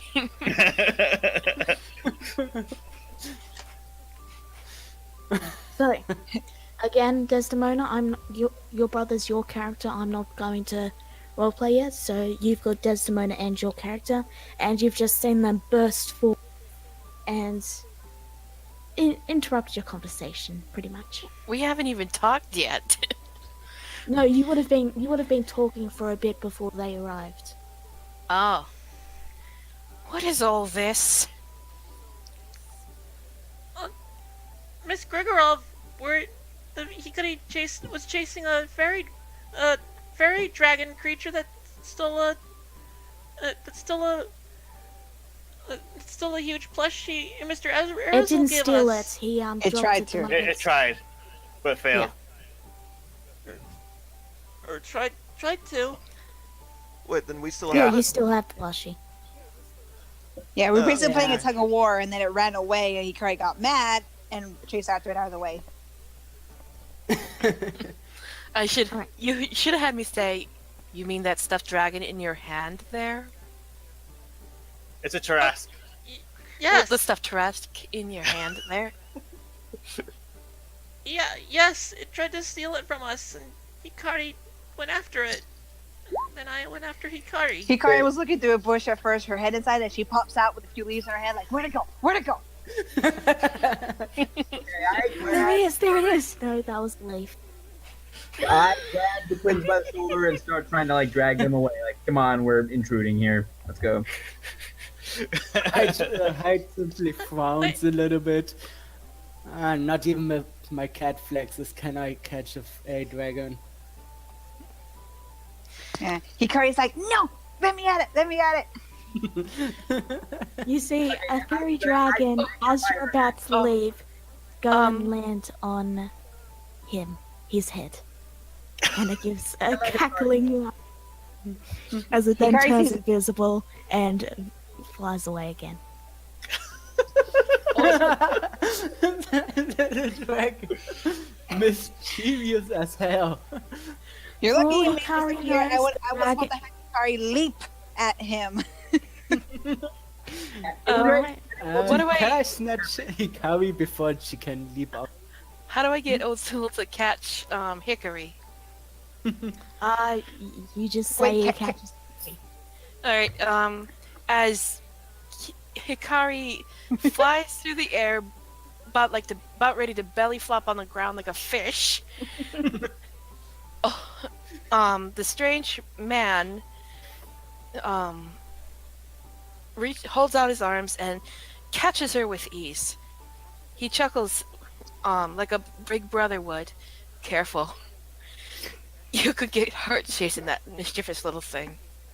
He then snaps his finger, summoning a lean, handsome-looking gray bat from the trees. If you want, I could have my little friend here assist you in finding that little mischief maker. His name is Sebastian. Hikari we'll- blinks, a little surprised that she got caught, especially for the fact that she kind of just leapt without thinking, and she just stares up at, what's his name again? Ozul. Ozul. Horrible with names. Sorry. It's Still fine. horrible with names. Like I already forgot the name of your bat. I'm sorry about my sister, sir. Ozul chuckles. It's all right. I have a sister myself, as you can see right next to me. This sort of thing happens all the time. Happened all the time when we were children. Hikari blinks in his arms with a tilt of her head, sister. Miss Grigoroth is your sister? I sigh. Desdemona sighs, and I clear my throat to the little party. Everyone, this is my elder brother, Ozul.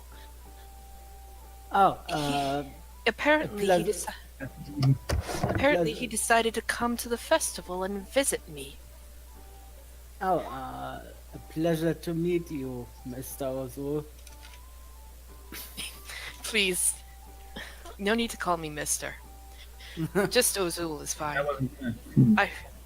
Desdemona rolls her eyes. Funny thing, since you're a count. A count? I just pretty much surprised to hear that. What's the Hikari count? looks confused as well. There on the cat. Oh, Ozul. What you Count say? backer now. I said, What? I said 1, 2, 3. There on the count. Oh, I missed that. I'm sorry, that was funny. You know what? You can't even imagine. I didn't hear that. Can't even imagine I didn't get it the guy first time. who did this. I think I'm the only one that got it the first time. Sorry. I was like, alright. Sorry. So, back to the account.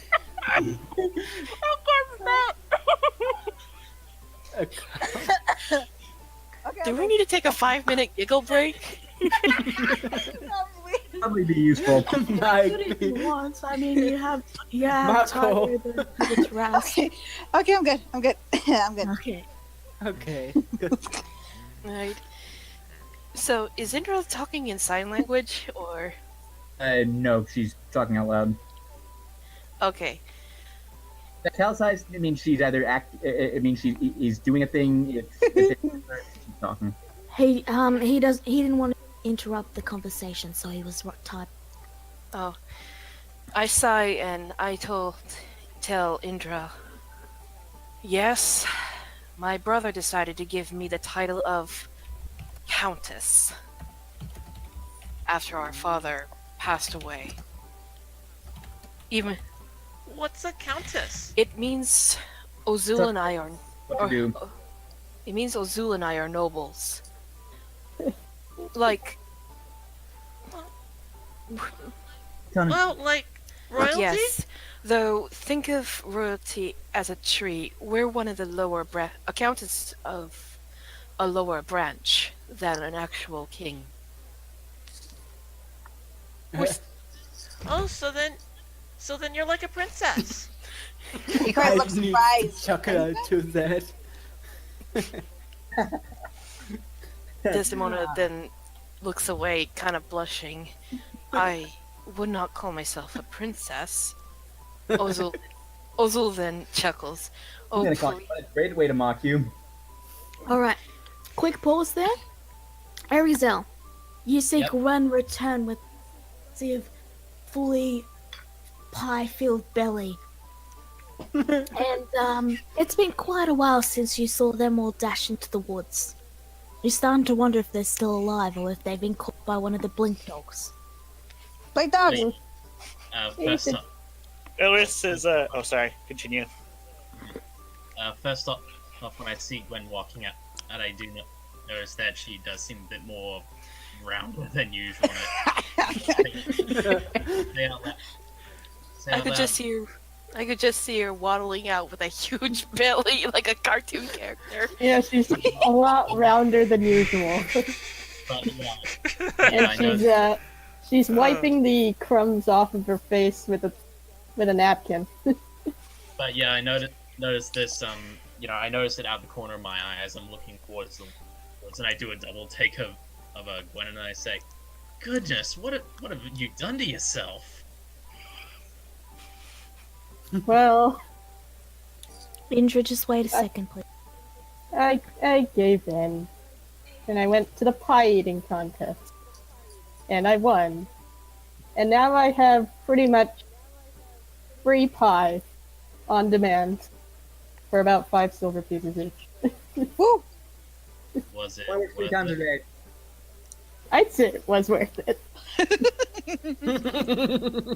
So She Ilris would. is on Gwen's shoulder, and he's like holding the map piece of paper with a sticky paw. So he actually does not holding it on the back; he's holding it on the front with his paw. There, you want to do All some right. juggling? And then he nods. pausing you. Okay, so pausing you there. We'll return to the group in the forest. Indra, you're saying you're going to leave and meet them back at the fairgrounds? I go for the ale tent next. Okay. Oh no! boy. All right. Have fun Leave with you that. there for a moment. I'm pretty sure Actually- certain gnome might be there if she wouldn't have a hangover. Okay. Tell me what's going on. Tell me what I can do. I will, right after we finish with the group in the forest. What are you up to? If Hikari's still being held by Ozul, she looks a little curious, also feeling how he's also a bit cold. And then she recalls the conversation she heard, and she gets a little nervous, like, uh-oh. Can I roll a perception check? You may. On me? Yes. Uh-oh. I just simply being hide and simply watching over the twins. You don't notice Hikari. Wait, do Hikari I being notice Hikari. it at least? Perception, right? One moment. Nope, you don't notice either. I'm a So, good liar! Kitai, since you know your sister, you'd notice it.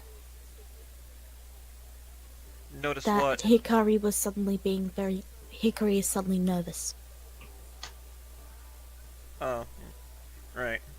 I guess I would notice her I only expect her to get nervous if it pertains to what happened to us in the past, and this certainly has nothing to do with that. Yeah, so I mean, besides, she's trying not to show it anyways, even though she is. So for now, she just taps Azul's shoulder and then points down if she can be put down, please. Azul puts her down, giving her a smile. Don't worry, little one, I won't hurt you.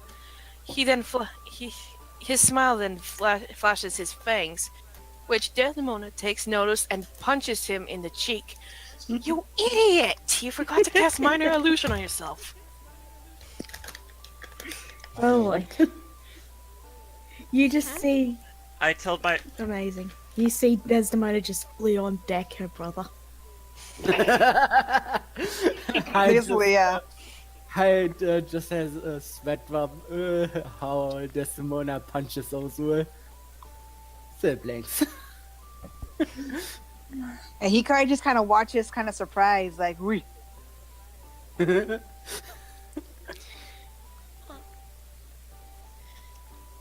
Why would you hurt your own brother like that, Miss Griggerl? Yeah, Hikari then puts her hands on her hips, like, yeah! I'm surprised you didn't see that. His features from his mouth.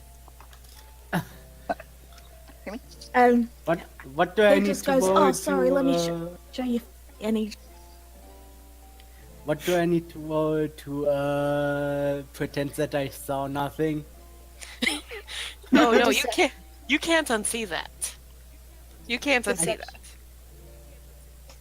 Oh, Hikari well. doesn't. Hikari looks a little nervous, but not as surprised as you would expect her to be. Hyde simply flashes his cat fangs out. I mean, I have these. I pinch the bridge of my nose. That is normal for tabaxis. For humanoids, it is not. I then snap my fingers, deciding to call off the minor illusion on my face, revealing my fangs. And I'm gonna pause you there, and we're going to go to Eridel and Gwen at the juggling competition. But You yeah, see? currently I'm just letting Gwen go off on her own with So you're not following. well, no, and I pull out the tent map again, and I look over all the other contests, and I see Cole walking, and I think to myself, why not? I can use for the quick warm up, I suppose. It's rather cold this morning. So I'm Alright. heading over to Cole walking, which is 10-6 over here. All right. Yeah, fire resistance. Alright, Wait, he has fire resistance? Not entirely sure. Hang on, need a quick check on that. well, while you check that, we're going to go to Gwen. You see a dryad at the tent, and inside you can see people trying and failing to juggle. She smiles and says, "Are you going to have a go?" Well, I'm not the one who's going to be participating. Ilris And then I raises show his off paw. Ilris. She looks a bit confused and says, "Well, alright, it's 1 silver." Alright. I Oh, give them wow. 1 silver. Or 1 gold, sorry. 1 silver or 1 gold. I believe in Ilris, so I'm just going to give them 1 gold. Okay. Okay. So, Ilris is given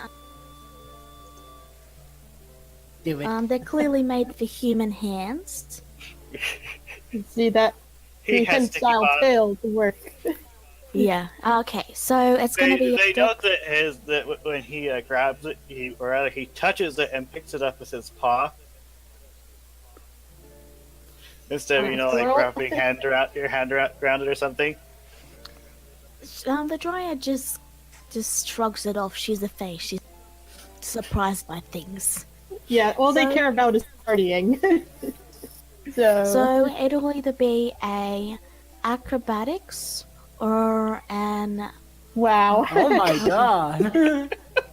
The entire tent just pauses as they watch this insane sight of a fox stand on its hind legs and begin to juggle like it's going out of fashion.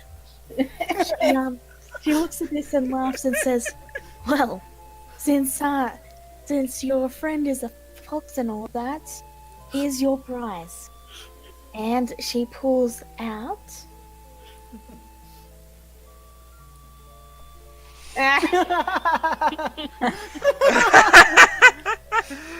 Oh, cute!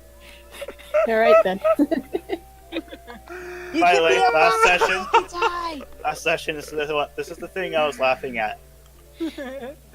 Really? Okay. Alright, I take the prizes. Alright. Indra, you are at 9, which is the ale tent. The kobold there, he gives you a look, barely straining to see over the table that's been set up for him. And he says, sorry, Lars, you see, we kinda got a problem. All our ale stolen by this evil headless horseman. So, until someone deals with that, we don't have any ales. And he then says, "Hey, you look like an adventurer. Why don't you, get your team together and help us out?"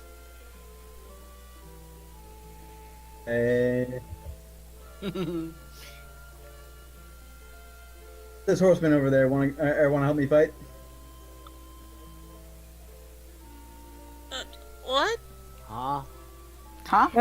As you move to leave, he says, wait, if you're actually going here, it should be very effective against, creatures of the night, if you happen to run into any.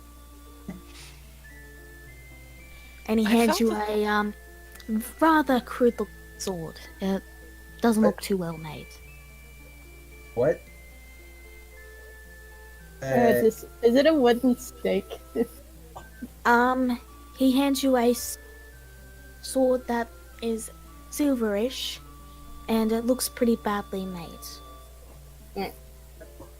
Like you get the impression that he made it himself.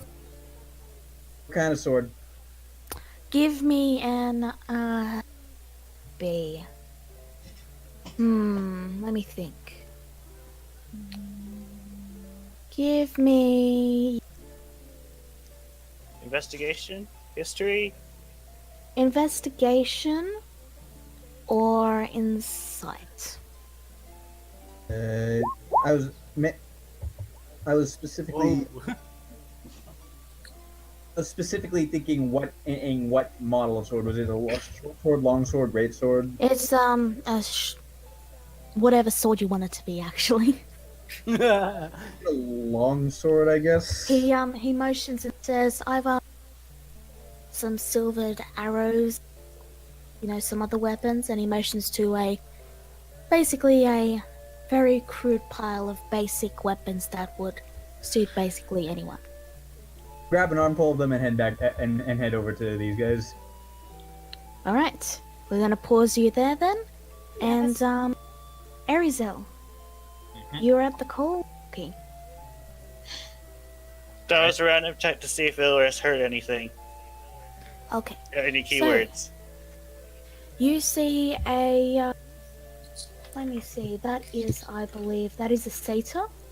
You see a man who has his feet, manning a desk in front of a tent that has a large, long section that is a pit filled with coals.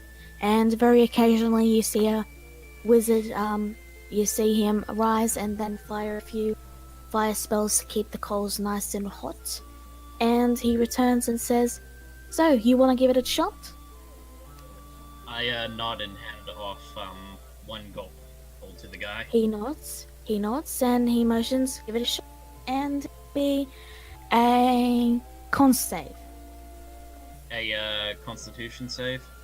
Yes, if you do have fire resistance, be advantage. I don't have an advantage. It's Okay. only... But yeah. It's just that I have a natural resistance to poison, and I've got like an innate resistance against magic, so yeah. Okay. Constitution saves, here we go. Yep. That'll do it.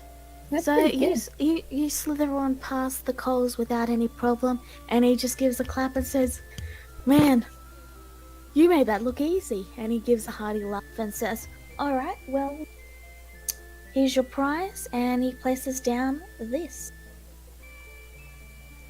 Prize. Oh. Ooh. The head of this arrow was forged from the nails of a red cap. No finge. Not Fingernails. fingernails. Fingernails. Not fingernails, mind. Some of the actual metal nails driven into its head and feet. This magical arrow will never break unless put into an anti-magic feat. A small bit of bonus magic also allows it to return to the owner as a bonus action on their turn. Oh, it's like that. It's like that guy from Guardians of the Yeah, Galaxy. I got that too. That's what I was Awesome. thinking of. I look up. That's awesome. You haven't seen Guardians of the Galaxy? Yes, I Ninja? have. Of course I have, but I just don't remember that. Alright.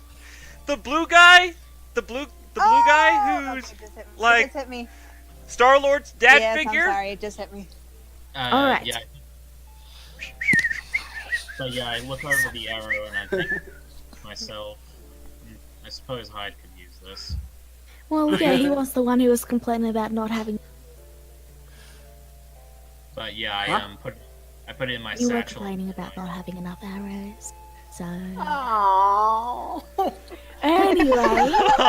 But yeah, I put it into my bag and then I just, head back out and start wondering where Okay. everyone. So, back to Desdemona and the group. Indra, you approach, but let them talk for a bit before you approach them. Go. Hyde simply Yeah. shrugs towards that. I don't see a problem in this. I mean, you are both are kind. So, But yeah. I gawk at Hyde. Do you have any idea what we are?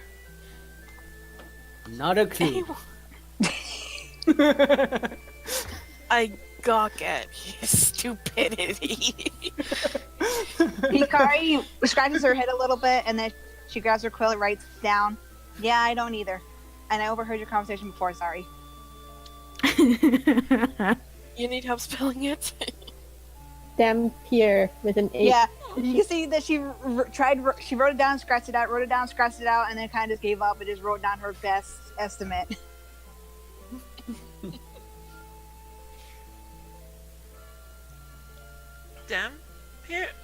Dampier? Hikari shrugs like, yeah, she doesn't know. And then she looks at her like, did I write it right? You're I'm going ahead and You're- roll a history and nature check. Ah! Dampier. Yeah, you'd know. You'd know. Ah. Well, I think another tabaxi got my tongue.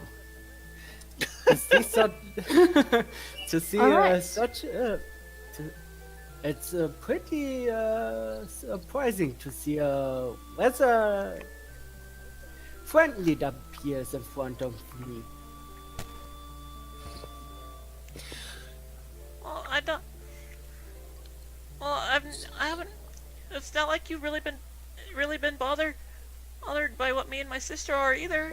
And from what we haven't seen anyone like us either besides our parents. So, Ozul clears his throat. and I must apologize for my sister's reaction. Ah, You it's see- okay.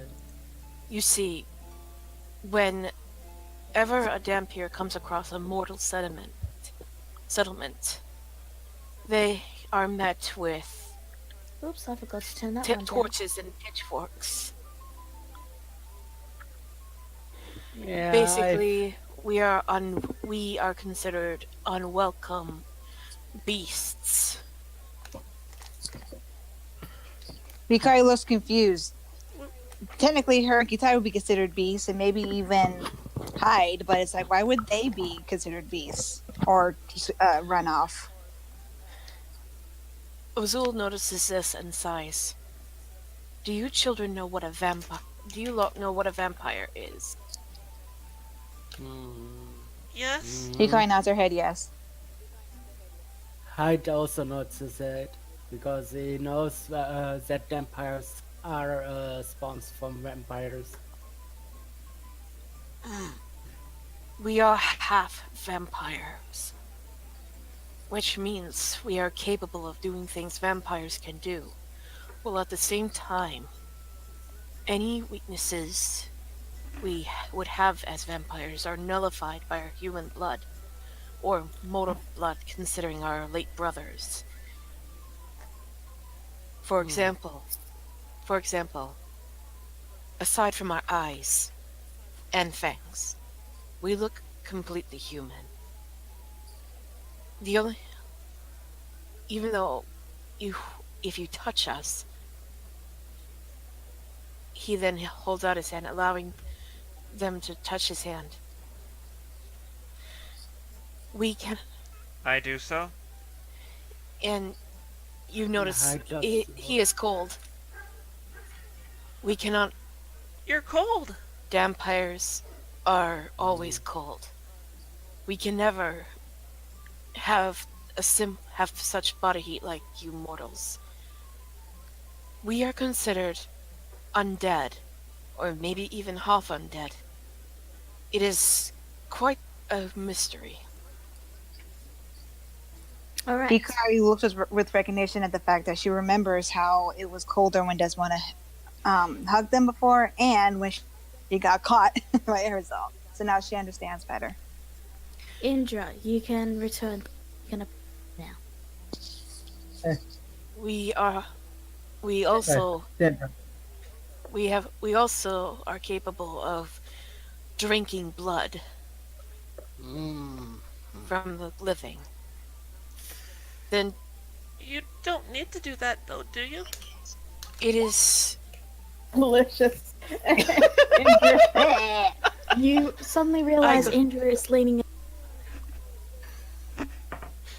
Desdemona lets out a slew of curses in a language unknown to the group. Language, because Indra might know it. What language? Well, Can't Does be anyone know- draconic.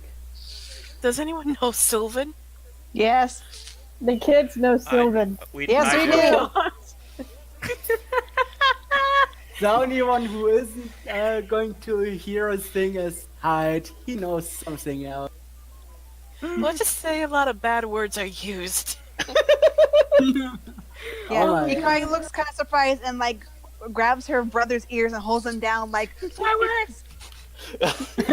Hyde I- does the same with I Hikari's plug Hikari's ears as well. Hyde They're just makes just the putting each same. other's ears on the. Okay, Hyde in the just meantime, plugs the ears of the twins. All right.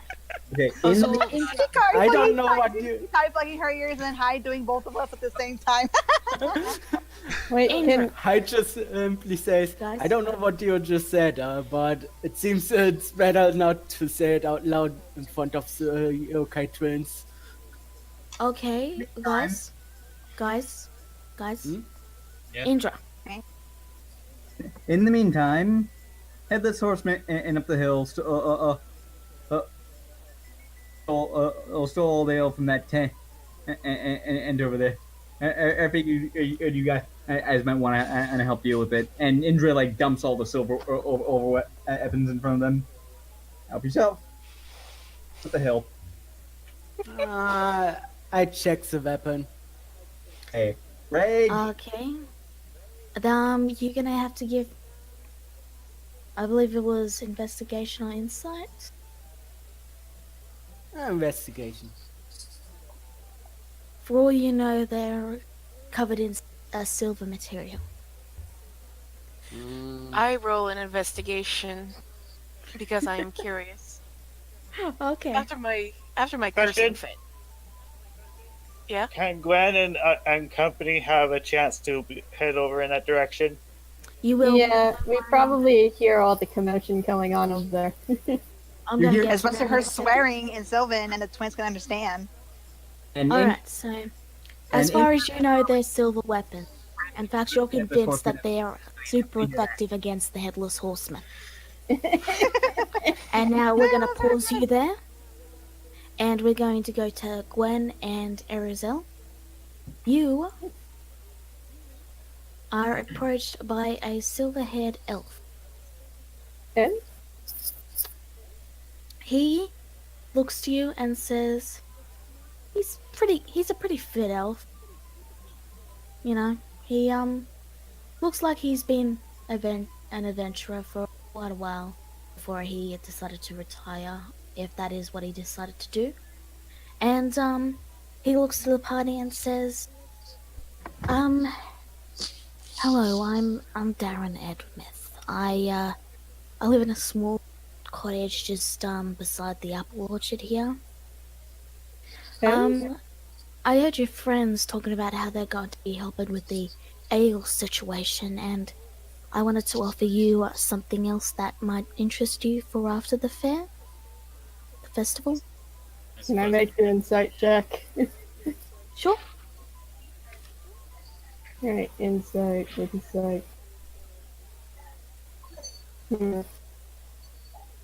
As far as you know, he's being honest. But yeah, Excuse me. pretty much.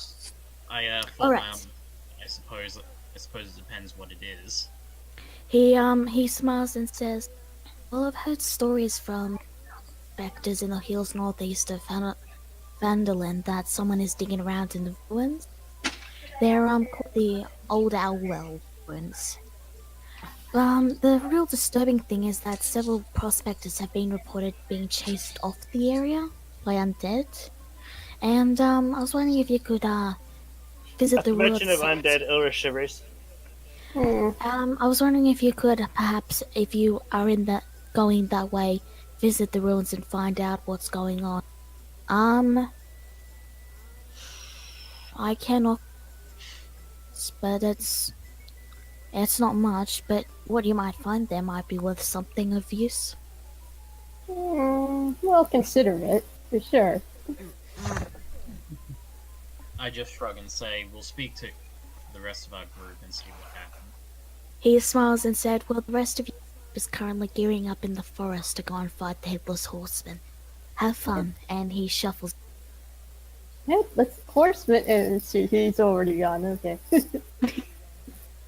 I do a double So- take of what I just heard, and I said, "Wait, fighting a headless horseman? What?" we should probably go find them right now. And she hurries off after them. Okay. Okay, the rest of the group, while you're examining weapons, you see Gwen and Erizel approach, carrying their prizes. Of course, everyone is carrying their. High points towards Gwen. Oh my god, what happened to you?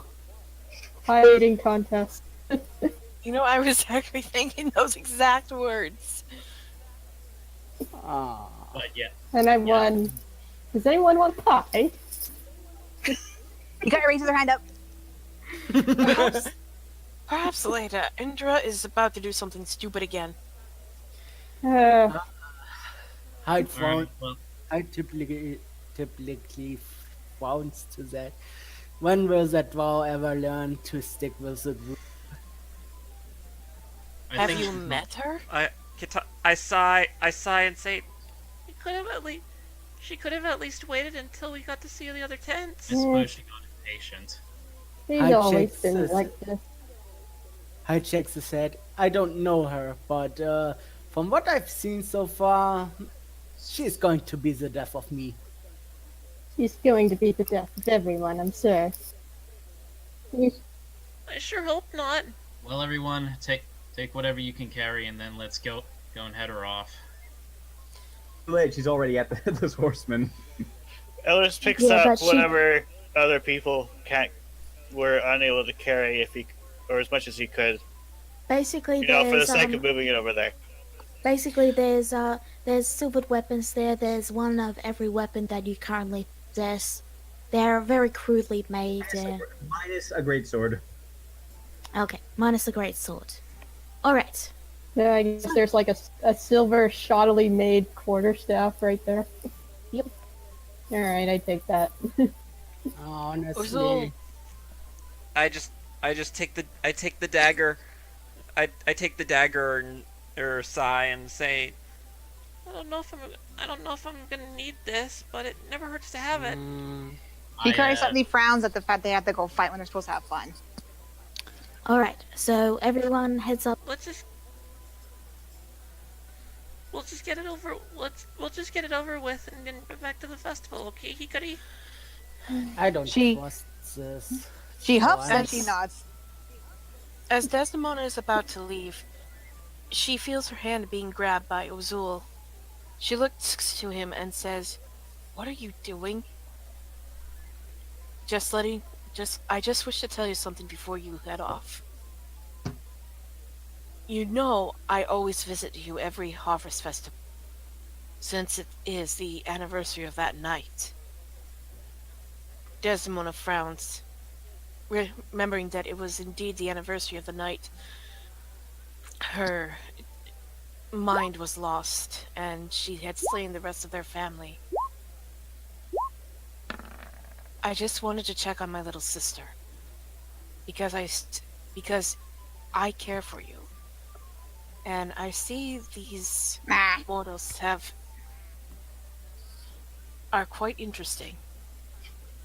He then hands her 2 bottles of this red wine, even though she already knows what it is. She takes them and stashes them in her stashes them by the tree. We'll drink later. Right now, he then stops. I'm gonna be enjoying the rest of the festival. Abe. Yeah, I know. Just promise me one thing. And what's that? He then smirks. Tell my future Yuan-Ti brother-in-law that I'll be looking forward to meeting him.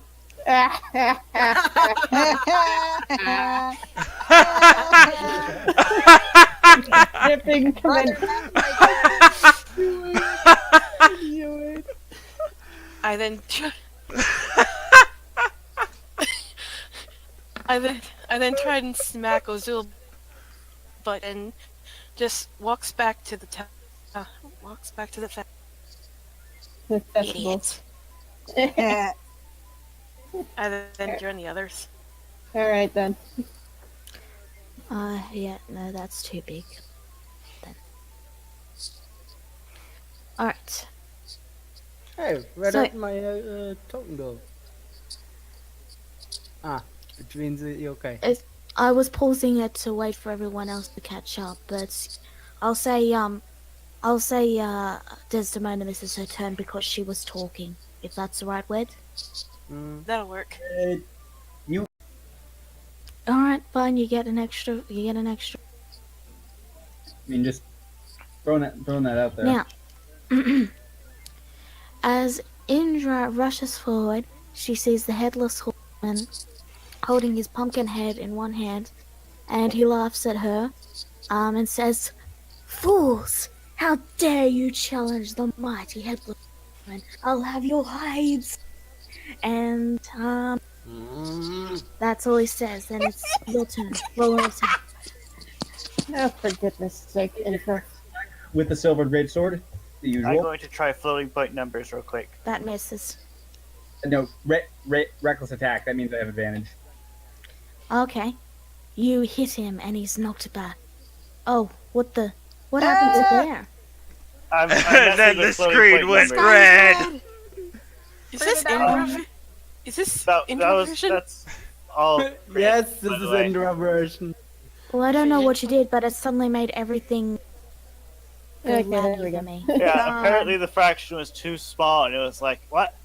The use for grid is 0? Sure. Anyway, Indra, as the party charges forward, they see Indra attacking the headless horse, swiping at him.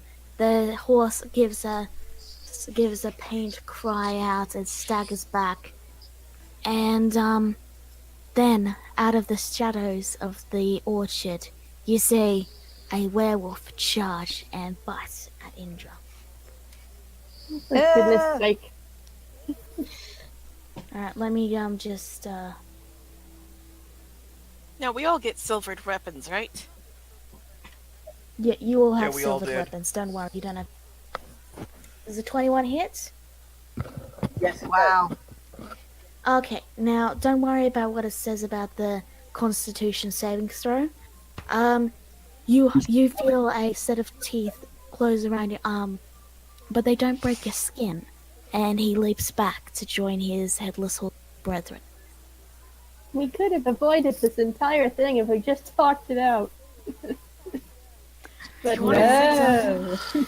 Do you honestly think they want to talk about anything? Hyde, it's your turn. Hyde simply frowns at the situation that's going on. Why do I have to do this? I feel your pain. Hikari also looks upset, especially with the fact there's another person we have to fight again. Alright, so what do you do? Since we are going to fight, do I simply, yeah. Why the hell not? Shadow arrow. Alright, that's a hit. Against the Is headless this using the silver arrow? The greatsword was using the silvered one. Yeah, I'm asking Hyde if his arrow bolt is silvered or if he's. Yeah, I don't know. I didn't know how to put the silver thing in, so yeah. Okay, I'll say it is. I'll say. You see the shot. Which target are you hitting? The headless horse. Is You see his horse go tumbling back, and he goes, "No, you have bested me." And Yeah. they just fall, and they're dead. Woo! how did my great But anyone with a perception of 14 or higher would realize they're clearly still alive. They're just faking. Eller says The, 15. He's still growling at it. Okay, Kitai, it's your turn. You have the werewolf to contend with. Okay, seeing how easy the horseman is taken care of, I simply let out an unimpressed sigh. I just casually walk up to the werewolf and attempt to poke it with my dagger, my silver dagger. Poke. Roll it. Pokemon! Wait, what the heck? What the heck? Why is it not? Oh, right, wrong thing. Okay, that's why. Okay. That With no the werewolf flying and tumbling right down the hill. With a thump, he falls. He's And without even trying, kids. I just he's dead. smacks- Again, Seriously, with a passive One little perception of poke and he's like higher, reeling back. you can tell he's actually dead. He's just faking. alright, battle's over. Wow, that is the best. That is the best. That was the best happy accident that could ever happen in all of D&D. Just That was freaking awesome. Yeah, Hikari Hikari looks really surprised, and then really happy she goes and she glomps her brother like, woo! And she hugs him. Seeing Eller this, goes over to the headless horseman and stands on it, and you see him growling at it with a mixture of "I know you're not dead" and "You scare the living daylights out of me." Yeah. The pumpkin head just ill. I go I- back to the. I go up to the werewolf. I go up to the werewolf and kneel down in front of him and asking, "Are you okay? I really didn't poke you that hard." The werewolf gives a whisper and says, "Shh, I'm fine. Shh, I'm fine." Seeing Hikari- this, He says he's fine. Hikari smiles with a thumbs up. Hyde glares towards Indra. You called us off from a talk just to fight for your ale? Indra, do you search the headless? gawking at this. I turn around, go back to the woods, grab the ale, grab the wine, and come back. No, wait. Indra, you find this, the headless body. Sword-shaped ale bottle. That's really cool.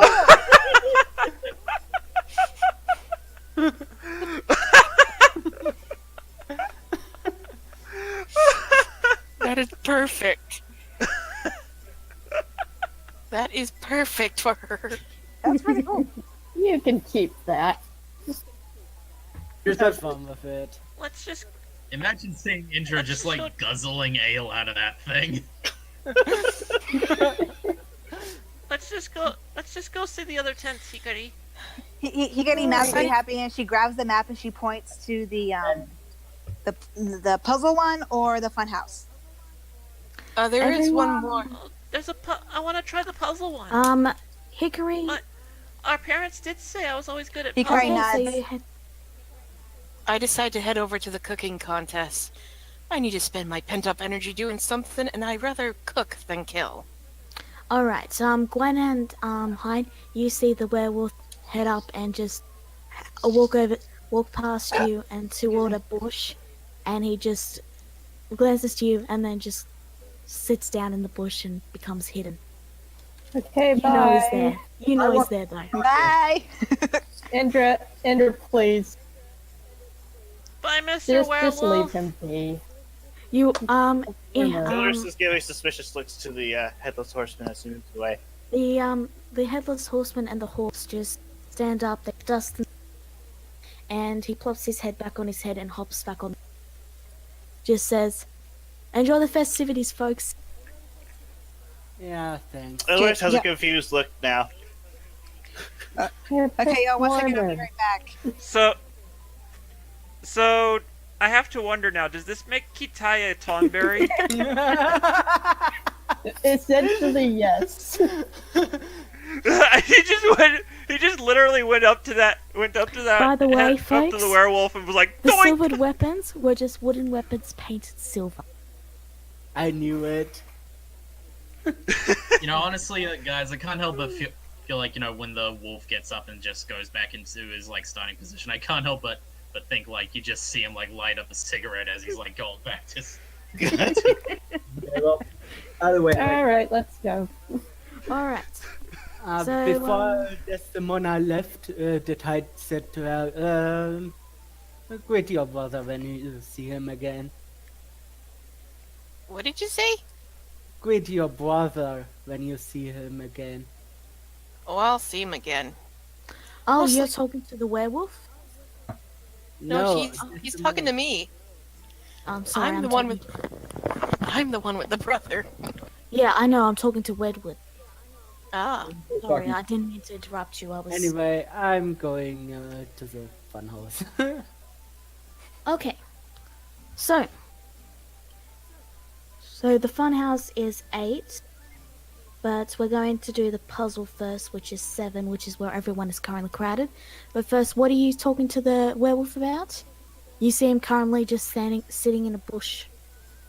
He's pretty well hidden, so you wouldn't know he's there unless you'd seen him just literally sit there. which I did. So, what are you saying? He typed it out. You bring back memories. The guy laughs and says, "It's a costume, don't worry."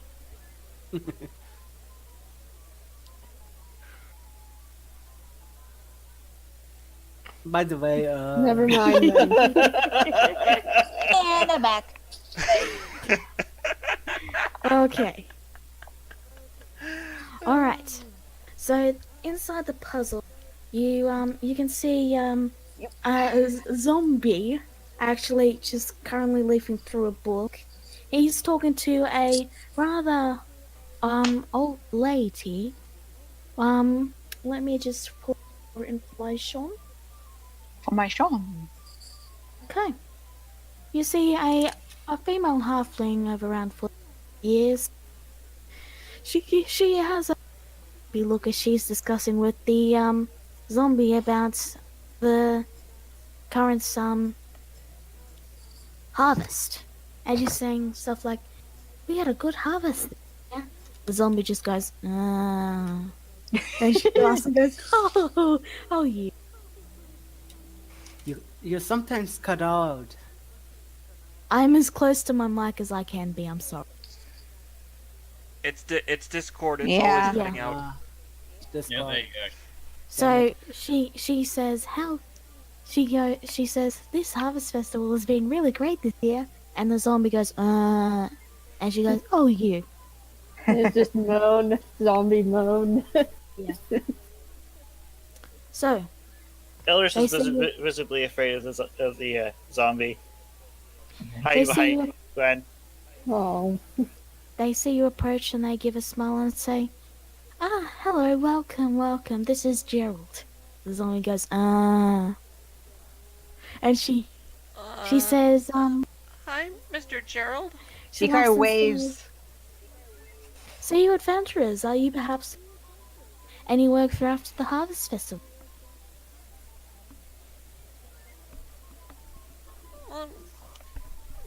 Where? She gives a chuckle and says, "Of course." Where? And she's, I'm friends with. You're cutting off, Lala. Am I? Ugh. Yeah. It could be the internet, probably. Yeah, because you're cutting off a lot more than usual today. You are. Let me start again. She cuts you off. She says, "Of course you are, of course you are. So, I am friends with a druid named Regidolf. I'm looking for, someone to go, let me see. Yes, here we are. You see, my friend went, out to the ruins of Thunder Tree. The ruins about 50 miles northwest of here. And, I was wondering if you could, just go check that he's doing alright." Thunder Tree? Where's that? It's, the old ruins of the town. It's, just northwest of here. And, if the party pulled out a map, she would point out to where it is. Hikari looks in. I mean, past. Past where we fought Mr. Horseman? She blinks and says, "Oh, you mean Terry? No. That's just, the hill. It doesn't have a name, it's just a hill." She laughs. The zombie goes, Hikari looks a little interested. Ruins? She nods. Yes, ruins. There could be lots of neat stuff there. You should I'll be right definitely back. My go. dog's barking. Gotcha. You should check it out. Maybe, if you could just go check my friend's doing. My friend's doing alright. I worry about him, I can understand that. Hikari looks a little unsure, but she's also interested in checking it out. So she looks to Gitai, wondering if maybe they should try it later on or not. We can go to the ruins. Sure, Hikari. Okay, maybe that'll help it not cut out. Okay.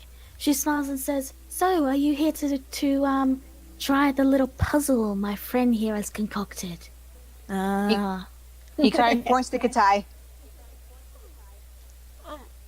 Yes, please. Okay, the zombie goes, "I've 1 silver, 1 gold." And he just puts down his book, takes off his glasses, and just looks and waits. I place down 1 gold piece. Alright. He begins to speak. Okay. Two people swap bodies and must get their original bodies back. Assuming the 2 people cannot switch minds back with each other after the original switch, how do they get their bodies back? Can you reword Yeah, that for I'll me? put it in Discord can for ya. Can you yeah,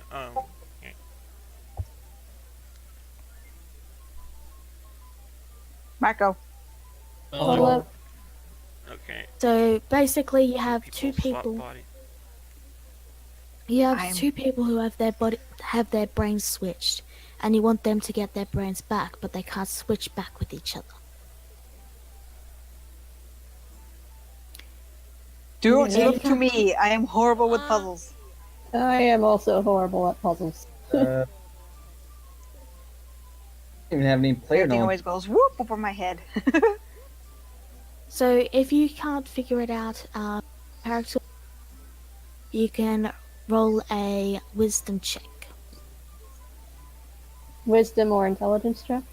Yeah, wisdom or int, whichever you want. Whichever one's higher. Whichever's higher. Yeah, that's exactly my thought. Right. Intelligence. Eller's just overhears this and is thinking, You don't know at all. Son of a. I'm back. Oh Kitai blurts out an answer and says, they switch back? And the zombie goes, sorry, that's not the answer. I was gonna say. I would have said, Ed, they get a third person, or and switch around with that until everybody's right back in their correct bodies. I'll say you're very warm. But if the 3 is not enough, that is all I'll say. But regardless, the zombie takes your gold piece. Can I Would try you now? like to try again? No problem, Kitai Drain. looks a little upset because Kitai-san and holds up a gold piece like me. Alright, he nods, and it's your turn. Okay, so it's intelligence, right? Intelligence or wisdom? My intelligence is higher. Let me see.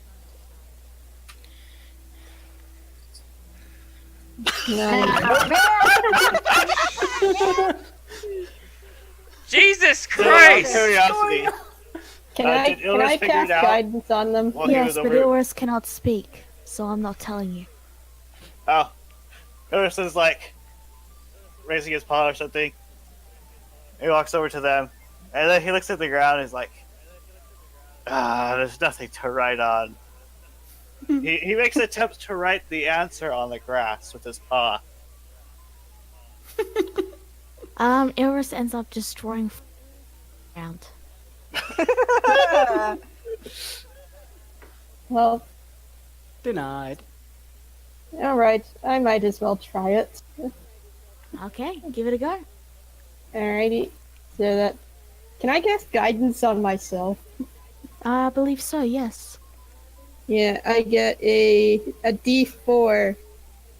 Be nice to check. Roll it.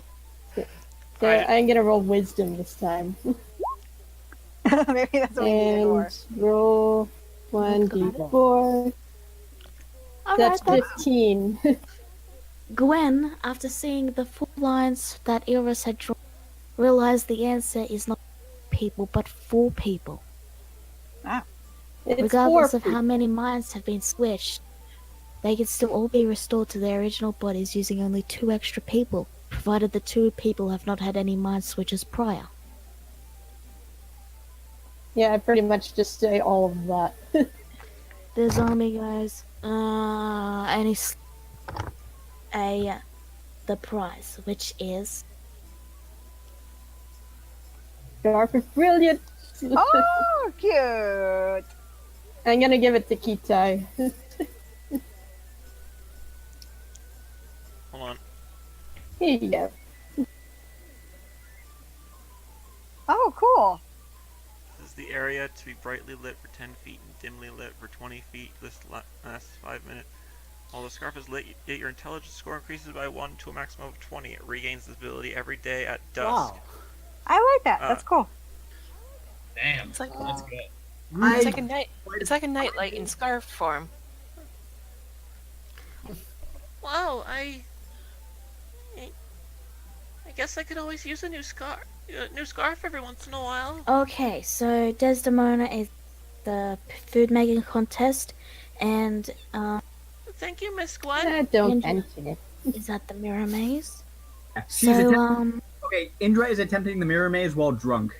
Just throwing that out there. Okay, give me a wisdom. Give me a wisdom saving throw with disadvantage. That should be good.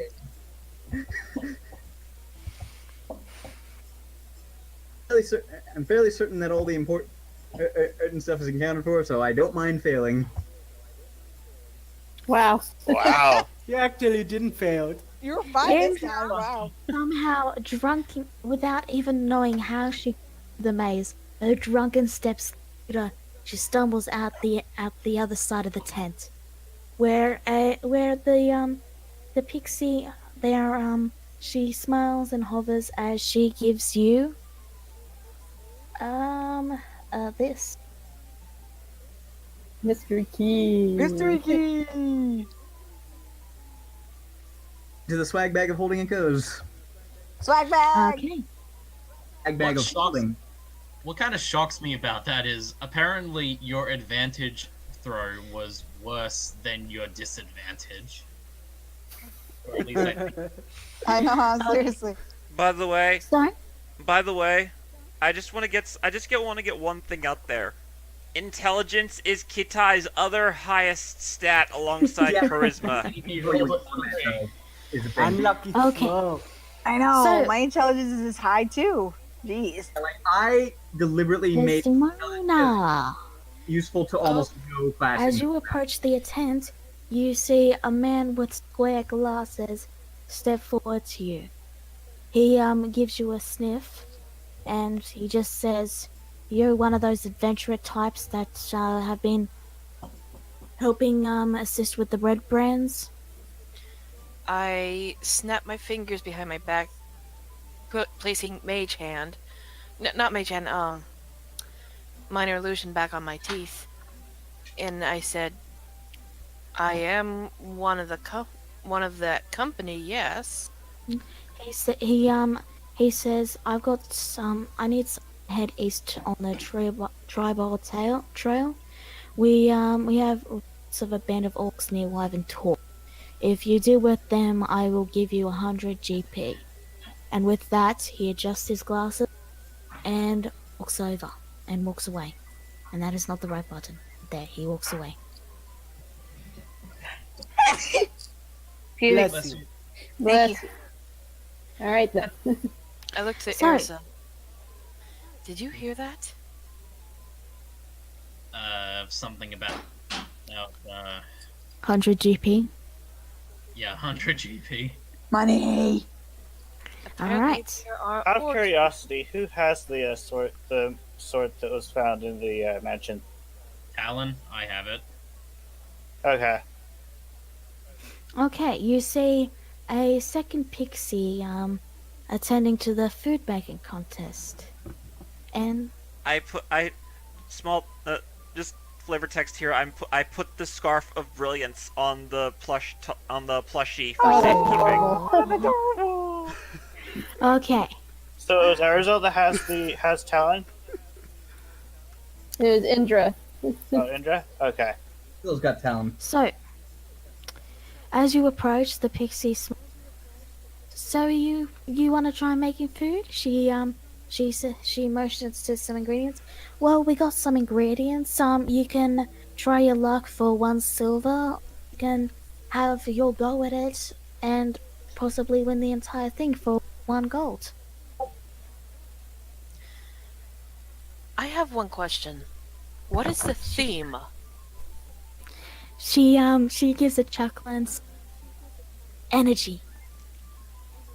They love their candy, and she gives a chuckle and says, "We're trying to appease the fairy dragon that's been stealing the candy."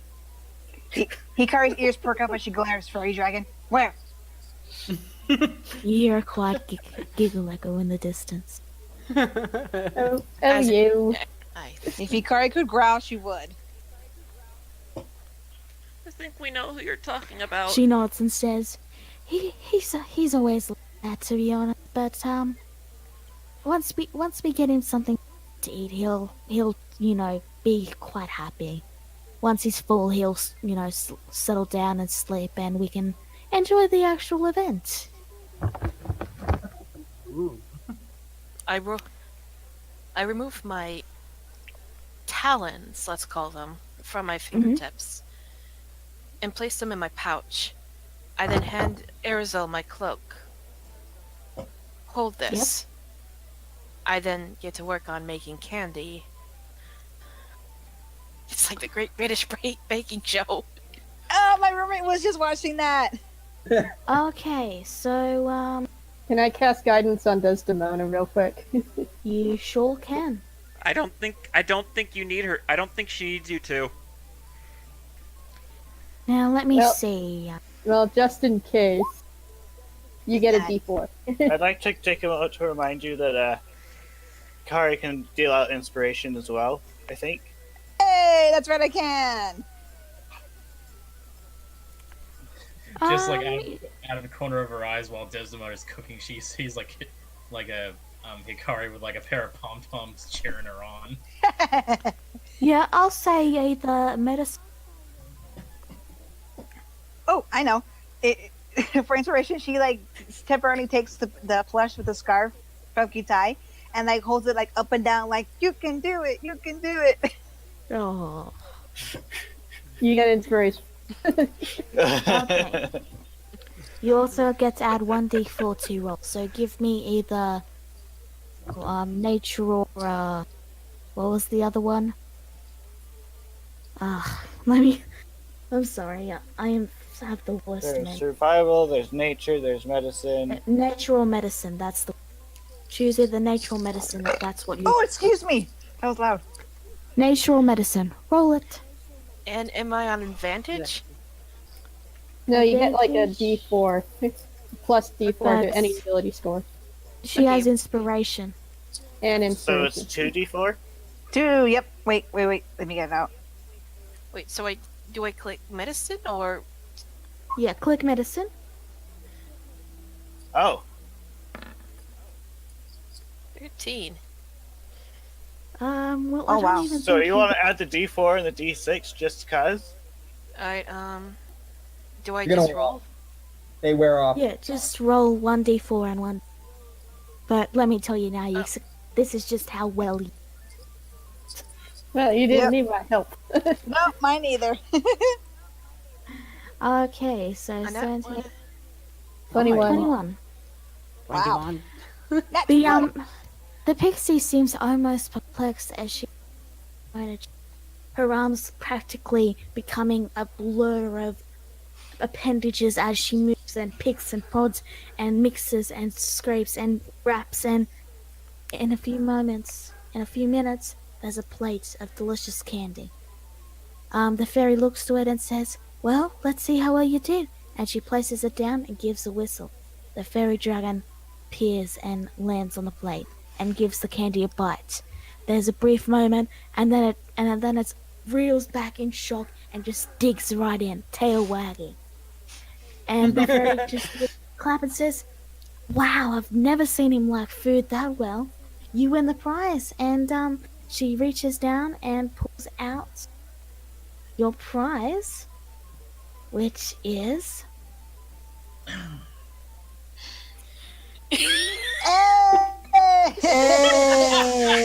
This was your turn. You were planning this from the beginning, weren't you? And I were planning this from the beginning. Hikari from her No, spot. no secret. Comes with Hikari from her every spot just glares at the fairy dragon. That's a big bean. But one archfey had a bad hang. That's clever. so.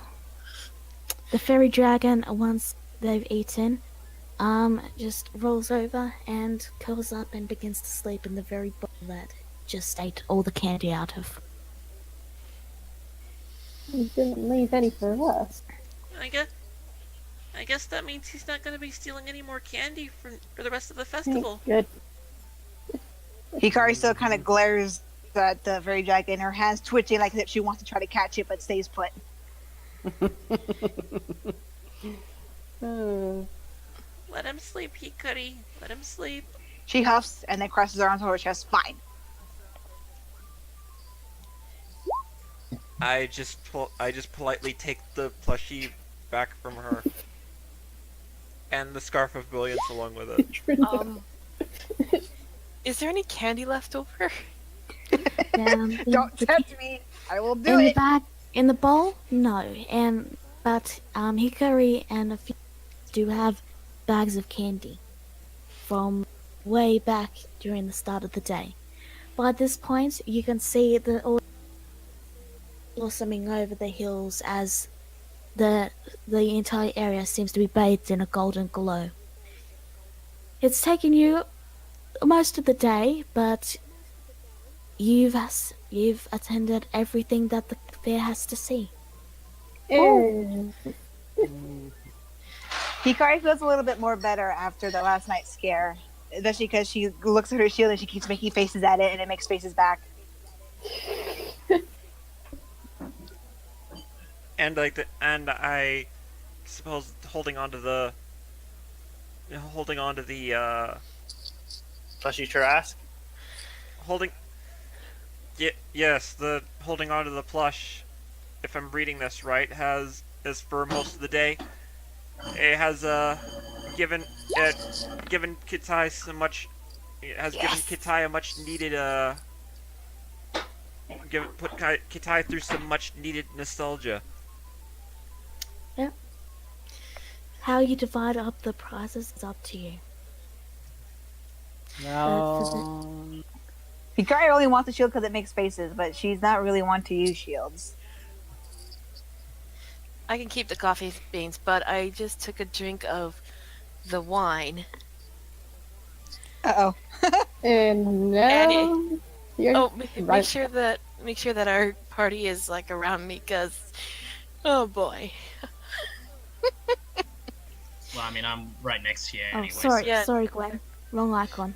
Okay, so yeah, I am smashed. I this is great. Oh boy. This is one heck of a festival.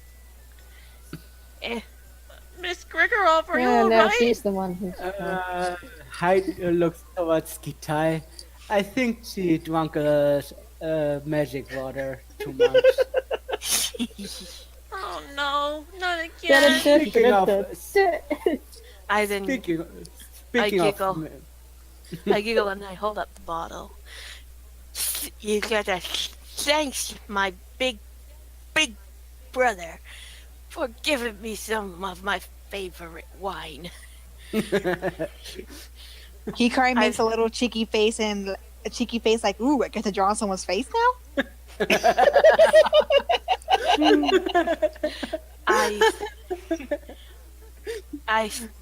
I stagger over to the twins and I say, "Oh, you know, I find you two just as sweet as the most adorable little things around." And I give them a hug. So floofy.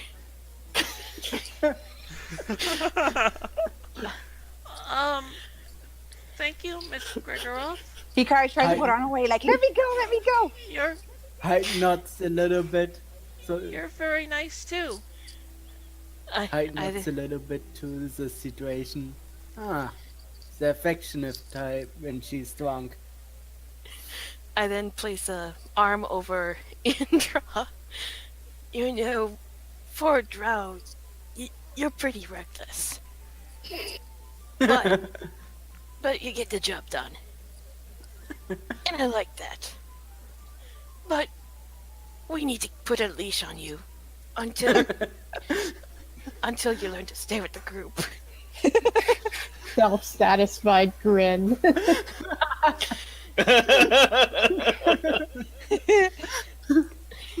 She knows it, all right. I whispered to Hikari, "Yeah, I think I'm gonna go look for Mr. Grigorov." Hikari follows, but she's then- still like very eager to draw on someone's face though. I then stumble to Gwen. Yes, Gwen. You're the sweetest little thing. Despite smelling of swamp water, you're still like a big scaly teddy bear. That's adorable. Thanks. We should I probably think get you Miss back. Grigorov might need some help. We should probably get you back to the inn. Ozul chuckles. I had a feeling. I then put an arm over Hide. Hyde and say, you know, Tabaxi always have the softest fur. And I start stroking him. I pull her back. Elris So- walks up in front of her, There's looks more. at her as if he's offended. There's more. Soft kitty, warm. Oh my! Immediately pulls her back. Oh, we went all Big Bang on the. We went all Big Bang Theory on this one now. That, I think you need a rest. I agree. And she immediately takes her and heads back to the inn. As The as inn. they, What? So you there's did. one more. There's one more. She manages to stagger on her own 2 feet, more or less. 2 more. Iris and Ezreal. I then stagger to Ilris. You know, we're a weird little fuck. They really know how to. You really outshine a lot of us. I'm surprised you don't lead the group yourself. Elris is looking at her a little confused. Eh. Like, are you okay? It I is then, editor. I then turn to Arizal and give him a sultry smirk. And Okay.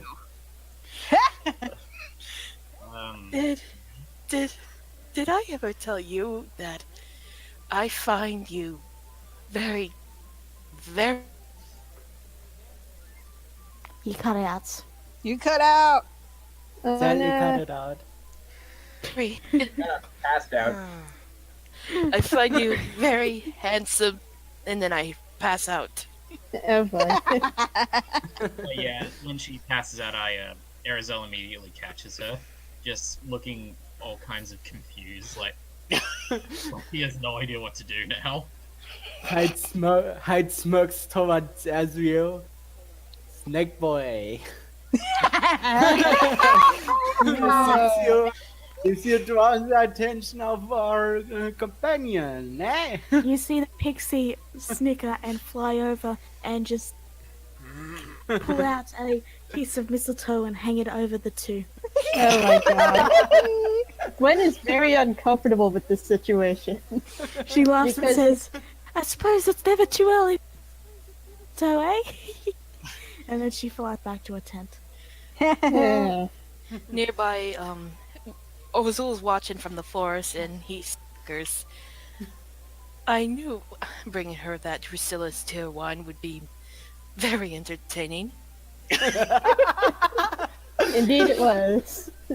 At last month. You're the one.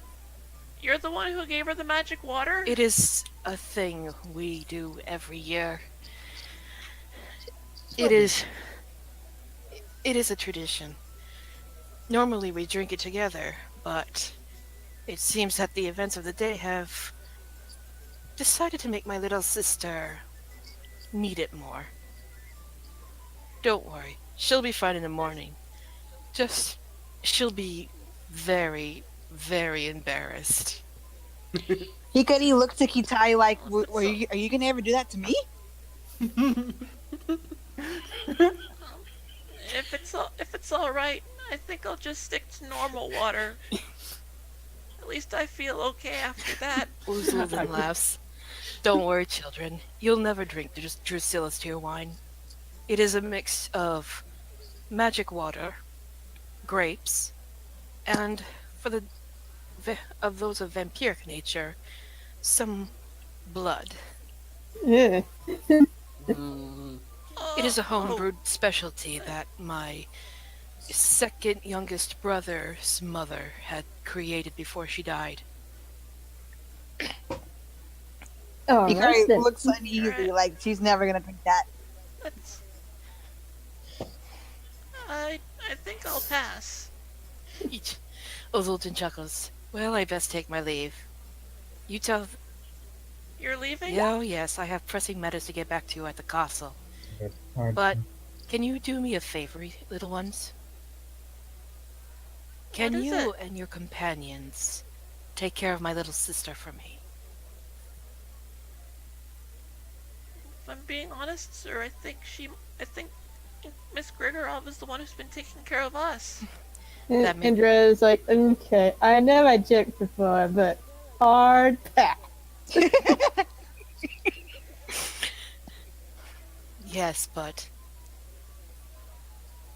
Desdemona, a long time ago, had been hurt terribly by our father and our brothers.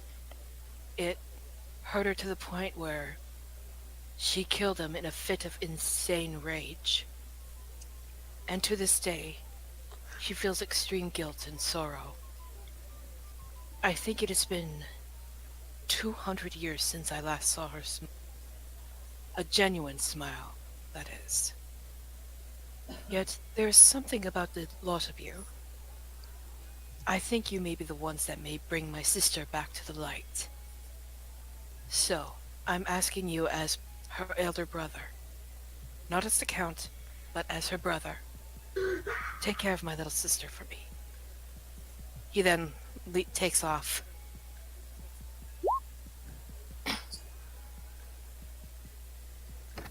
Hikari looks a little bit conflicted. Like, she wants to be nice and make that promise, but she's also worried about their circumstances because technically her and Kitara are still on the run and they can't really help anybody else yet. They could. I guess that means we just have to take care of each other, Hikari. You know, you can relay the message to the others. Because he was saying to the same message to them, too. Yeah, pretty much. I heard all of it, but I didn't It's- have much to say in the matter. Especially than- especially towards his future Yuan-Ti brother-in-law. Yeah, about that, Gwen is very disturbed because when it comes to Dragonborn like herself, interspecies relationships is not okay. If Yeah, Decimo... and even Arizel himself, like, still kind of has that holdover of, like, he doesn't even think it's, like, possible for that sort of thing to happen. Yeah, exactly. With Let's one just get member her back to currently the inn. unconscious, perhaps it is time to retire to the inn.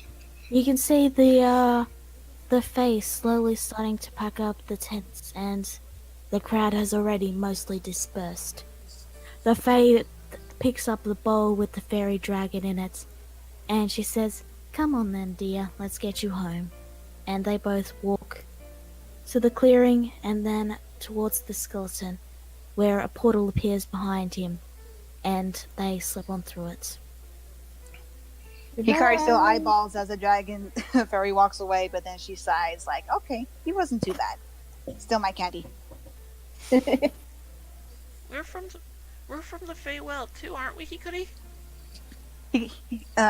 She nods to him, yeah, and smiles softly. But that's our home. Maybe we can go back to it. Oh, you someday. don't want to go in there, dears. Unless you want a life of endless partying. I think, in that case, I'm okay with just waiting until the next Harvest Festival. Hikari gives a cheeky grin, like she wouldn't mind partying more. But she likes it here. But she points here, said that she likes it here instead. Yeah, I'm happy here. You're just fine. But we have friends here now. You see the headless horseman walk by on his horse and head for the portal. The crowd of they seem kind of sad to see the party end, but as they say goodbye to the villagers and head through the portal, with the skeleton at the lead, you get the impression that they've done this many times before, and it'll be done many times again. And with a slow, the portal closes. They forgot to take their black line with Until them. next. The black line is a wall.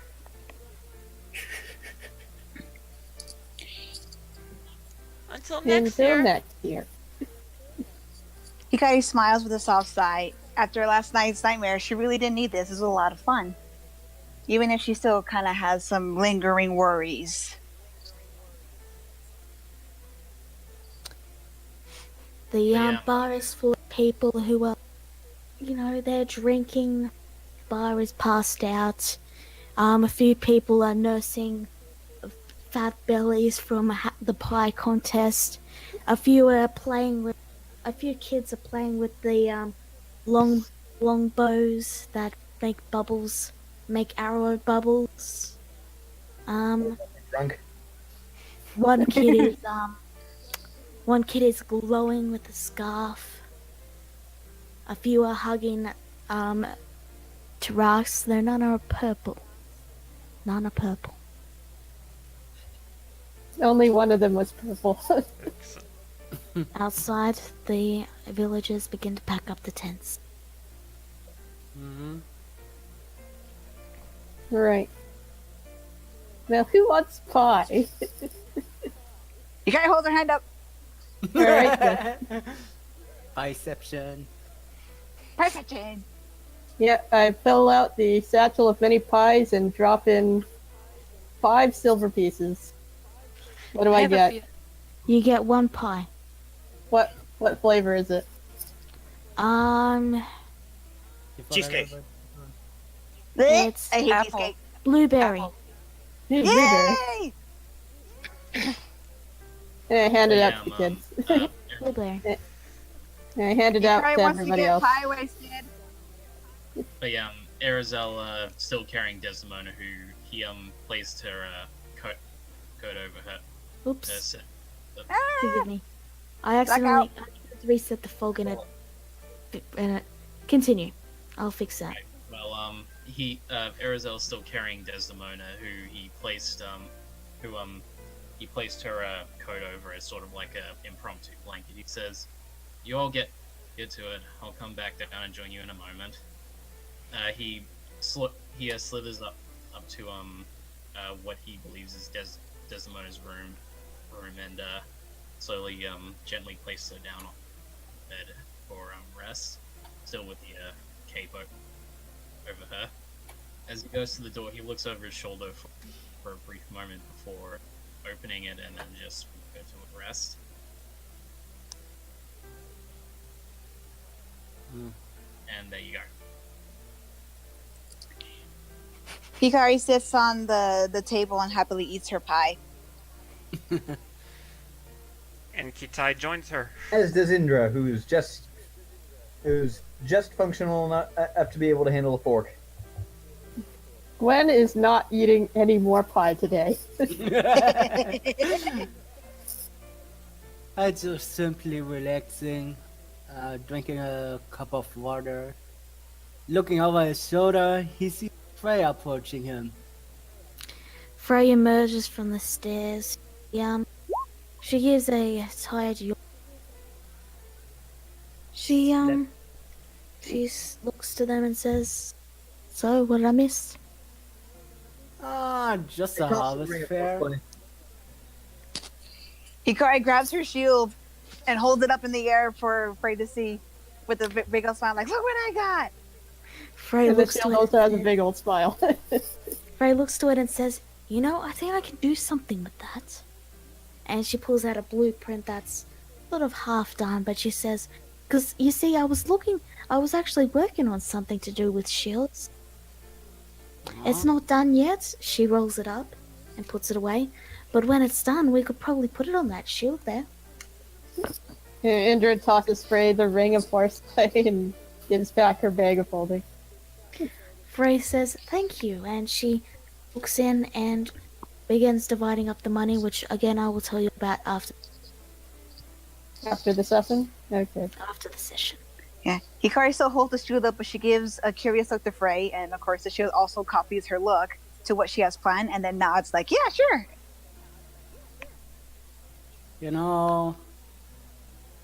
You shouldn't have get yourself wasted last night. You would have loved the Harvest Festival.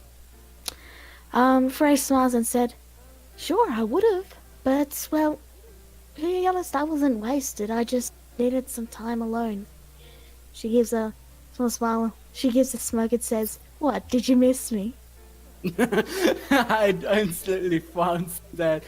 To be honest, Hikari in the background holds up her hand like, yes. Frey laughs and just says, "I'm just teasing." I know, I know. I Ship know. it.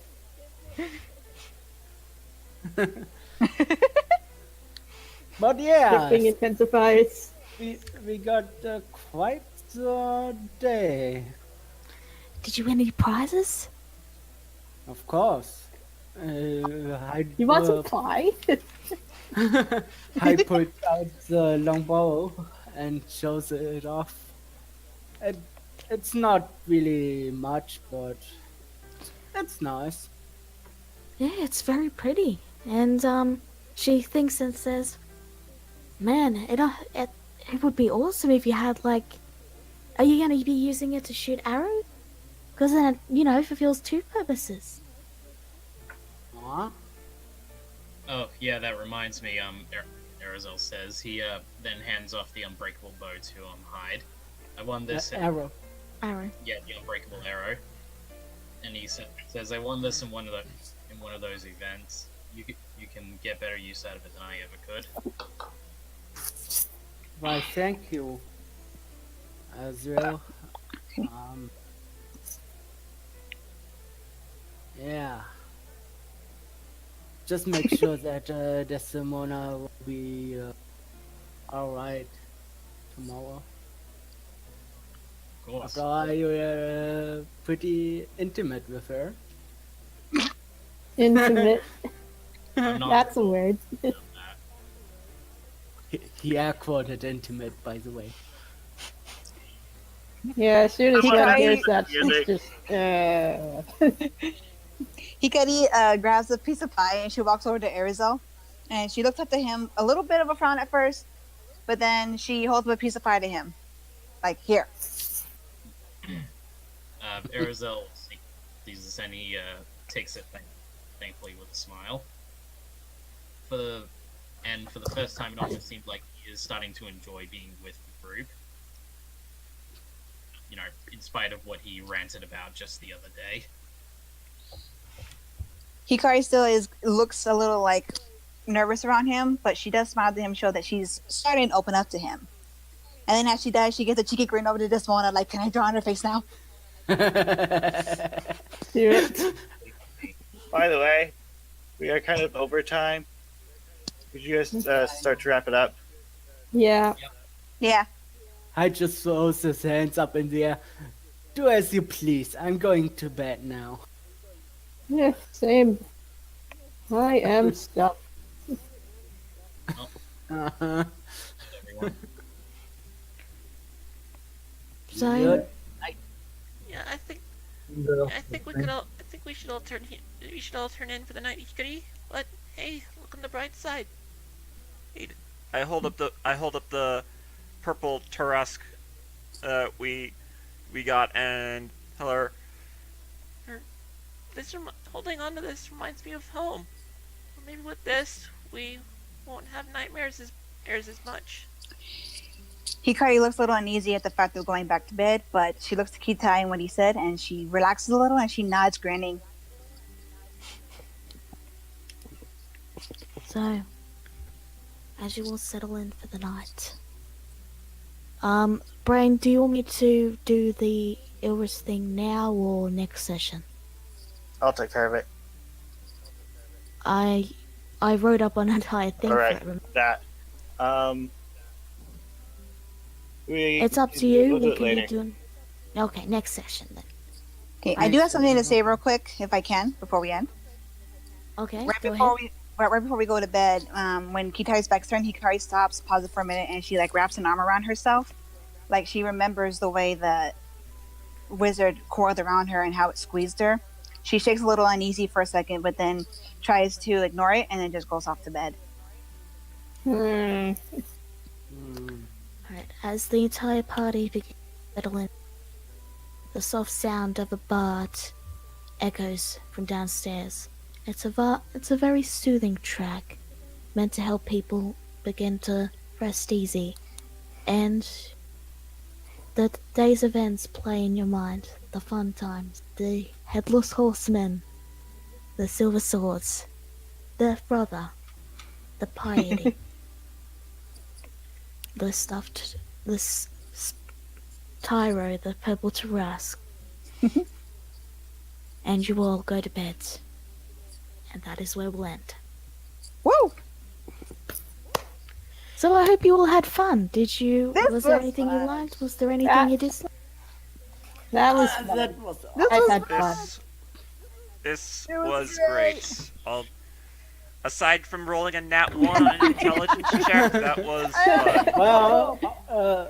I guess. Well, on the I bright guess. side, I guess you that. rolled a network 20 on the dagger. Yeah, exactly. Like I rolled a nat 20 on freaking poking a guy in a werewolf costume with a wooden I dagger. rolled a nat 20 with Thornberry. friggin' bear powers in the And I pie feel- contest. And Well, I mean, I gotta say, I'm pretty proud of myself for like pretty much besting the barbarian in a test of strength. I'm pretty happy. Yeah! in Was the there anything you disliked? Anything you that I could have done better? Let them talk. Mm. Pardon?